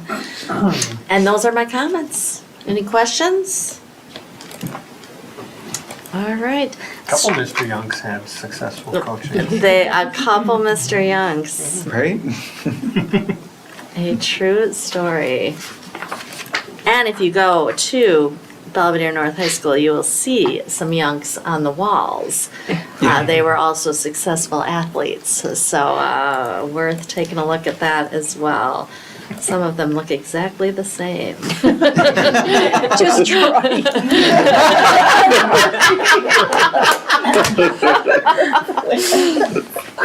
Strategic, that's hilarious. Strategic plan updates. Goal 1. Dr. Carson is not here. Dr. Johnson, did you want to hop on to goal 1 there? I think one of the main things is we just wrapped up our school improvement day in October. Students are not in attendance, and it's a day for staff to receive just-in-time training.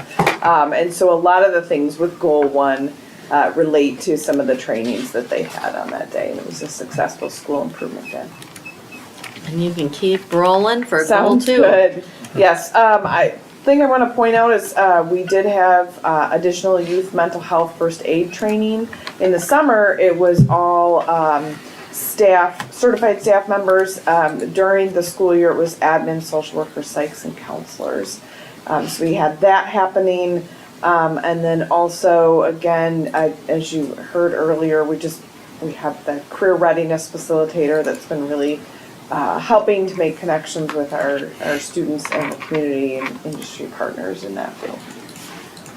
Thank you very much. Questions for Dr. Johnson on goal 1 or goal 2? Goal 3, we did have a part of this goal has been to really increase our visibility in the community and the positive image of D100, and we did have the chance to do that at the breakfast before business with the chamber. I appreciated Mr. Piggy and Mr. Herrera that were able to attend, but I thought that was a nice turnout. I always say I'm afraid we're going to throw a party and nobody's going to come, but we had a really nice turnout for that, and I think it went really well. Many members of the cabinet team came as well, which I also really appreciated. We are working on rolling out our book study for the anxious generation, and Ms. Hadley, when do we kick that off? It's November 2nd or 4th, I can't remember. It's one of those dates. Early November. Board members, if you want to hop on that committee, that book study, you are welcome to do so, but we're really excited about that. I will have my family listening sessions tomorrow night. So family listening sessions and staff listening sessions, we do those virtually. So it will be an opportunity for me to talk with staff. We also had our cell phone follow-up meeting after we received the feedback from our students, staff, and families. And the meeting went really well, and basically we decided we're going to stay the course. So that's no major changes recommended by the committee at this time. There were several sort of logistical inconveniences and challenges, but nothing that we felt like we should change at this time. We'll be meeting with them again in January. So all things exciting, I think. Any questions on goal 3? There's, interestingly, there's IASB Kishwaukee Division meeting Thursday night yes. in St. Charles. And they're going to share how their cell phone policy has been going. Very at that meeting. nice. So I'm going to that. So I'm interested to find out compare notes, you know. Yeah, absolutely. Bring that back. I will be very curious. It is definitely, I mean, I feel like there's not a day when there's not an article in the paper about somebody else and their cell phone policies. So we are not alone in this adventure. But really, I mean, some of the data is really unbelievable in terms of reduced failures, increased student engagement. Really, really exciting. I think we're going to see some real academic results. Panorama came back with better engagement from students on that. Students had to do some rating, and obviously it didn't say like because you put the cell phone away, you know, but it just asked about general engagement in class, and that had showed an increase in favorable responses in our middle schools and high schools. Good. Yeah, I've So- only heard positives. Well, I have not only heard positives, but I do feel like certainly when I'm out in the community, I hear positives, and I think I shared with you that the staff love it. The families are mixed, but more positive than negative. And the students hate it. So that's where we're at. But even with the negative feedback from the students, it was a relatively small number of students that provided us that feedback, and a large number of students that didn't, which I think is at least a little bit of a good sign. And they're reporting better engagement, and they're performing better academically. So I mean, that just feels like a win. So we're gonna get them back. We had a community presenter, and she said she comes in and presents every year into one of the classes, and she says usually I'm talking to four heads, but this year they were asking questions and they were engaged. You can feel the difference when those phones are away. So it can't be anything but positive for those academics at the end of the day. I'm really confident we're going to see some great results. So. Any other questions on goal 3? That book study, where does that take place? It is at the library at Seth Whitman, and there will be snacks. I'm into that book. I followed Joanne's lead, and I listened to it. Yes, good call. You're right. You used the word scary. Yeah, I can see why you said that. It really makes you think. It does really make you think. It really made me think, and I think is part of the reason why we're making some of these changes we are. So Oh yeah, it's definitely a good read. yeah, for sure. Goal 4 is Dr. Ady, who is also not able to be here tonight, but he did prepare his slide, continuing to onboard new subs. Teacher sub rate is at 84% compared to 79% a year ago. Para sub rate up to 60%, up from 44% a year ago. Also feeling good about moving our subs into permanent district positions, really using that as a hiring pool, which I think is really exciting as well. Dr. Ady and Mr. Mandera and I also had the opportunity to present at IASA, the Illinois Superintendents Association, on our work as a great place to work, and got some really fantastic feedback, and again, more good word out there about what's happening here in Belvedere. Teachers reporting that the SIP day went really well. 90% identified knowledge and skills that they had felt like they had gained from the professional development. 94% reported that it was aligned to the district and school improvement plans. Certainly that's our goal. So I think went really, really well. Any questions on goal 4? Yeah, what does a sub fill rate, how do you calculate that? Well, you look at the number of positions that are open and how many we fill with a sub. So every day, basically, your building clerical staff is working with your administration to fill any holes. So if you have 10 people out of the building and you have 9 subs, you gotta fill one of those subs, right? So 84%, you're filling about 2 people for every 10, and that's filled by teachers like subbing during their prep periods or pulling interventionists, pulling other people who have other jobs that have to fill those roles. So that's how they're calculating that. So 84% of the time, there's a sub in that classroom, as opposed to us having to fill with our internal staff, which pulls them away from the work that they should be and want to be doing during that time. You go back a couple of years ago, that was a really low, challenging number. Yeah, this Such is a a great challenging number. Yeah. Yeah, it seems Yeah. like it. Especially coming off of COVID, when there wasn't people that wanted even to return into buildings. Right. Yeah. Not uncommon with other districts, our rates were low for a little while there. And we saw a huge uptick when we went away from contracted sub-services, bringing them back in-house. When we decided to staff our own subs, we saw those numbers increase dramatically when they felt like they were back in the family of being in District 100 and felt valued in that. We got a lot more retirees coming back because they have worked here forever and they didn't want to go through an outside agency. So that was a very good call by the board to move those back into our district employees versus outsourced. And this is back to a more normal rate, pre-COVID rate, I would say, right? Getting up above those 80% is Yes. much more normal. I mean, obviously, we'd like to have it be higher, but that's more what you would anticipate, really from the beginning of time. That's what principals and clerical staff have been doing, is filling those unfilled positions. And that 60% for paras is Yeah, incredible. yeah, That really it is is. out of, you are lucky if you can hit a 50. You're usually in those 40s. How do you even build a pool of? Well, we keep Para hiring them subs. as paras, so that's our problem with the para sub pool, is every time we hire them as subs, we end up hiring them as full-time paras. So our para sub pool just keeps turning over, and you run out of people that want to sub. But it is a great segue into District 100 employment, is to come into that sub, because usually you don't have to stay a sub very long.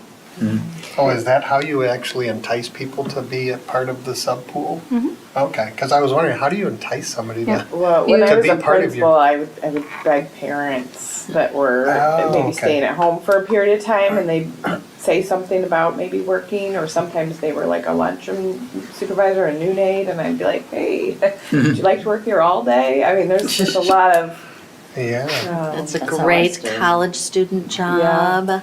Oh, really? No, absolutely, Okay. absolutely. Sometimes- Especially when they get home, mid-May, and we got a couple hard weeks to fill. We'll take them. It seems like it'd be a hard thing to increase, like deliberately. It almost seems like, well, we were lucky this year, so our sub pool increased. But we do have, Olivia Ivan is our sub-coordinator. I mean, she dedicates real time to increasing that sub Oh, pool to recruiting. and finding recruiting and incentivizing, and she really does. She does a really nice job. Making them feel welcome, giving them, a D100 mug, whatever you can do to make it enticing. But yeah, especially the paraprofessionals, really hard to find subs. Any other questions on goal 4? Goal 5, Ms. Armstrong. Okay, well, I think we've talked about facilities master plan enough tonight, so that seems to be the ongoing, specifically with 5A. We are looking at those proposals. Tyler and his department have been deploying their Chromebooks out to pilot teachers using Chromebooks versus laptops, which of course will save us money if those work out. I don't know if you have feedback on that or not yet. Still gathering data. There's both positives and negatives, but we're working through those negatives to make them positives. But yeah, we're working through those things right now.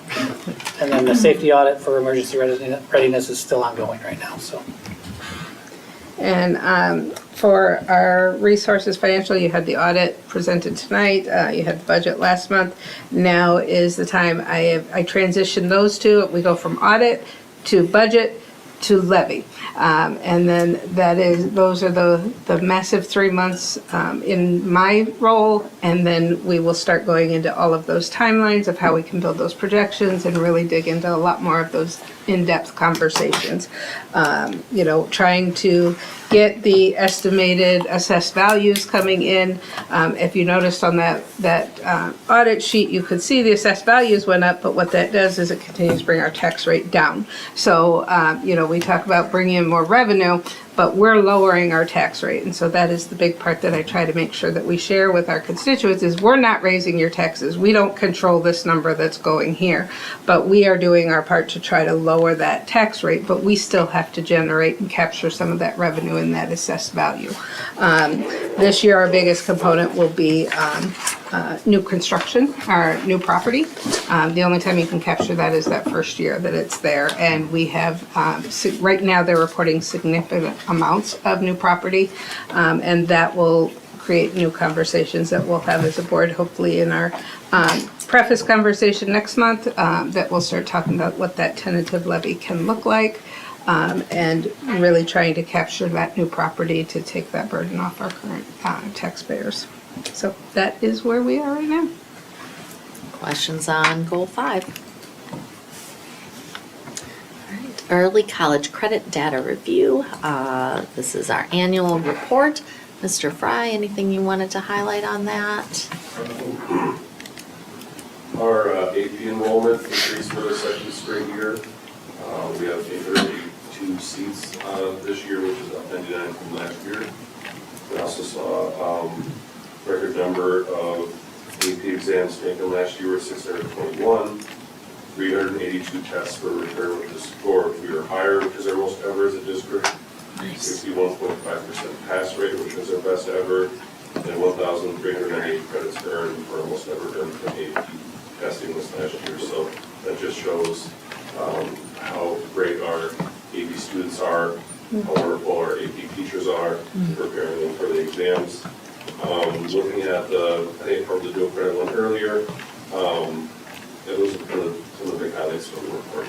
There were just a lot of great data with our early college credit opportunities. Yeah, really, really nice improvements. Any questions for Mr. Fry? Fantastic work on that. Federal grants overview. That's me.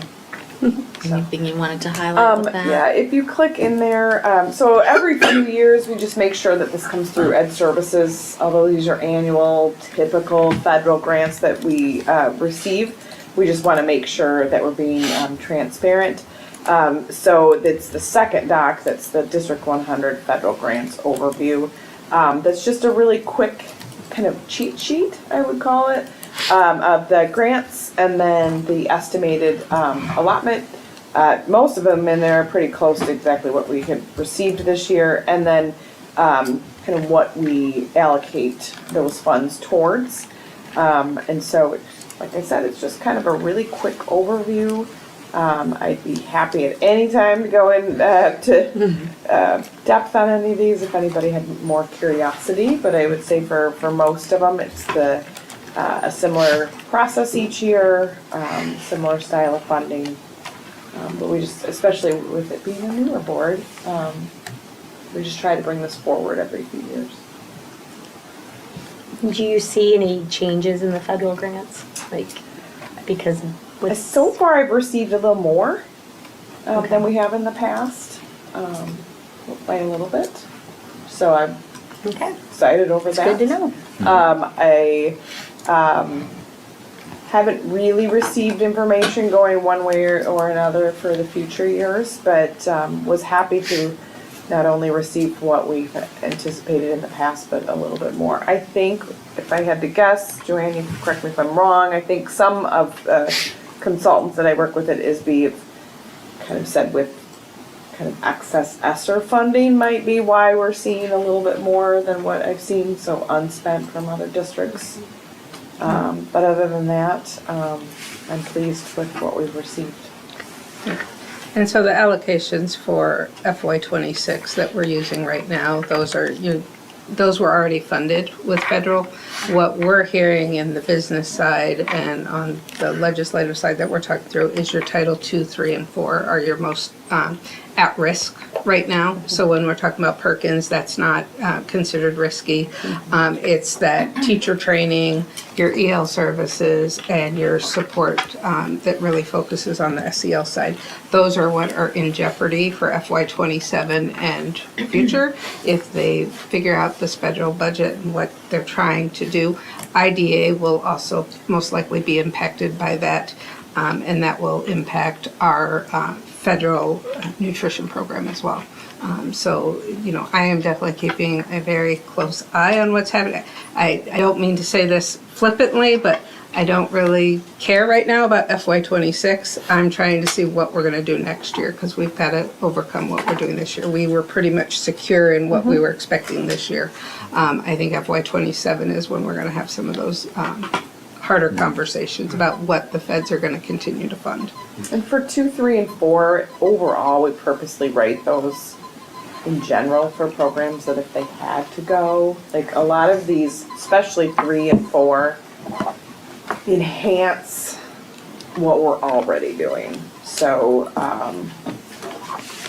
that one's a little less risky, I would say, than like Title I seems to be one that's more, definitely more secure, but like if you look at that one, I mean, that's 12 FTEs, so whereas the other ones are supporting programs we already have up in existence. They help us expand. Questions on the federal grants overview?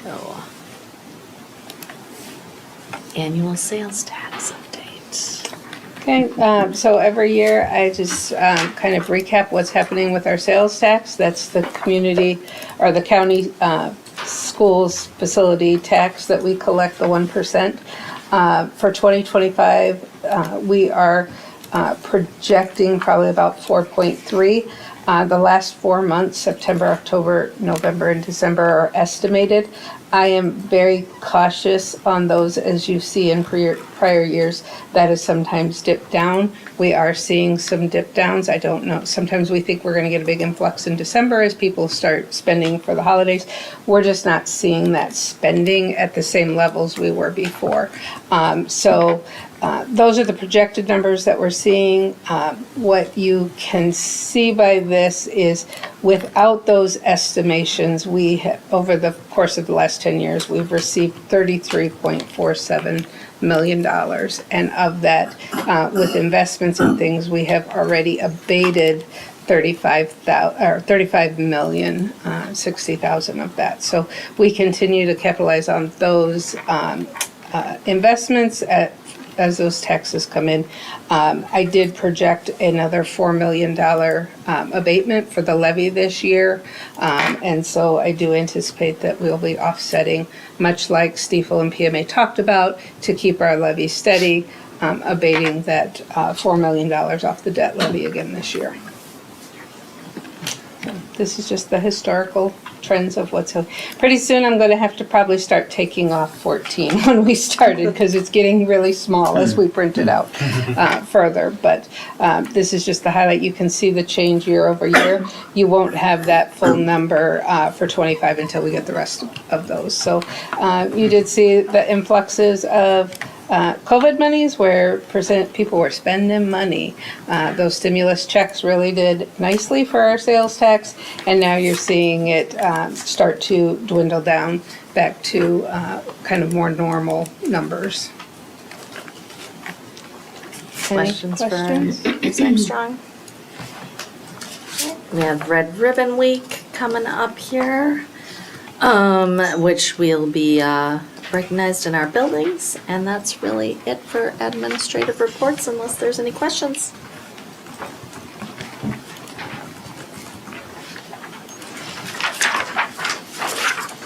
That's all I got. Dr. Shug, thank you very much. Seeing that there were no questions for Dr. Shug, do we have a motion to adjourn? Oh. Yeah. Yeah. So, yeah, so moved, yeah. Somebody say already? All right, who wants to make a motion? I heard Mr. Mueller. I moved. I'll second. All right. Mr. Mueller made the motion, and Member Young seconded the motion to adjourn the meeting. All those in favor say aye. Aye. All those opposed say nay. Okay, motion passes. Meeting adjourned at 8:26.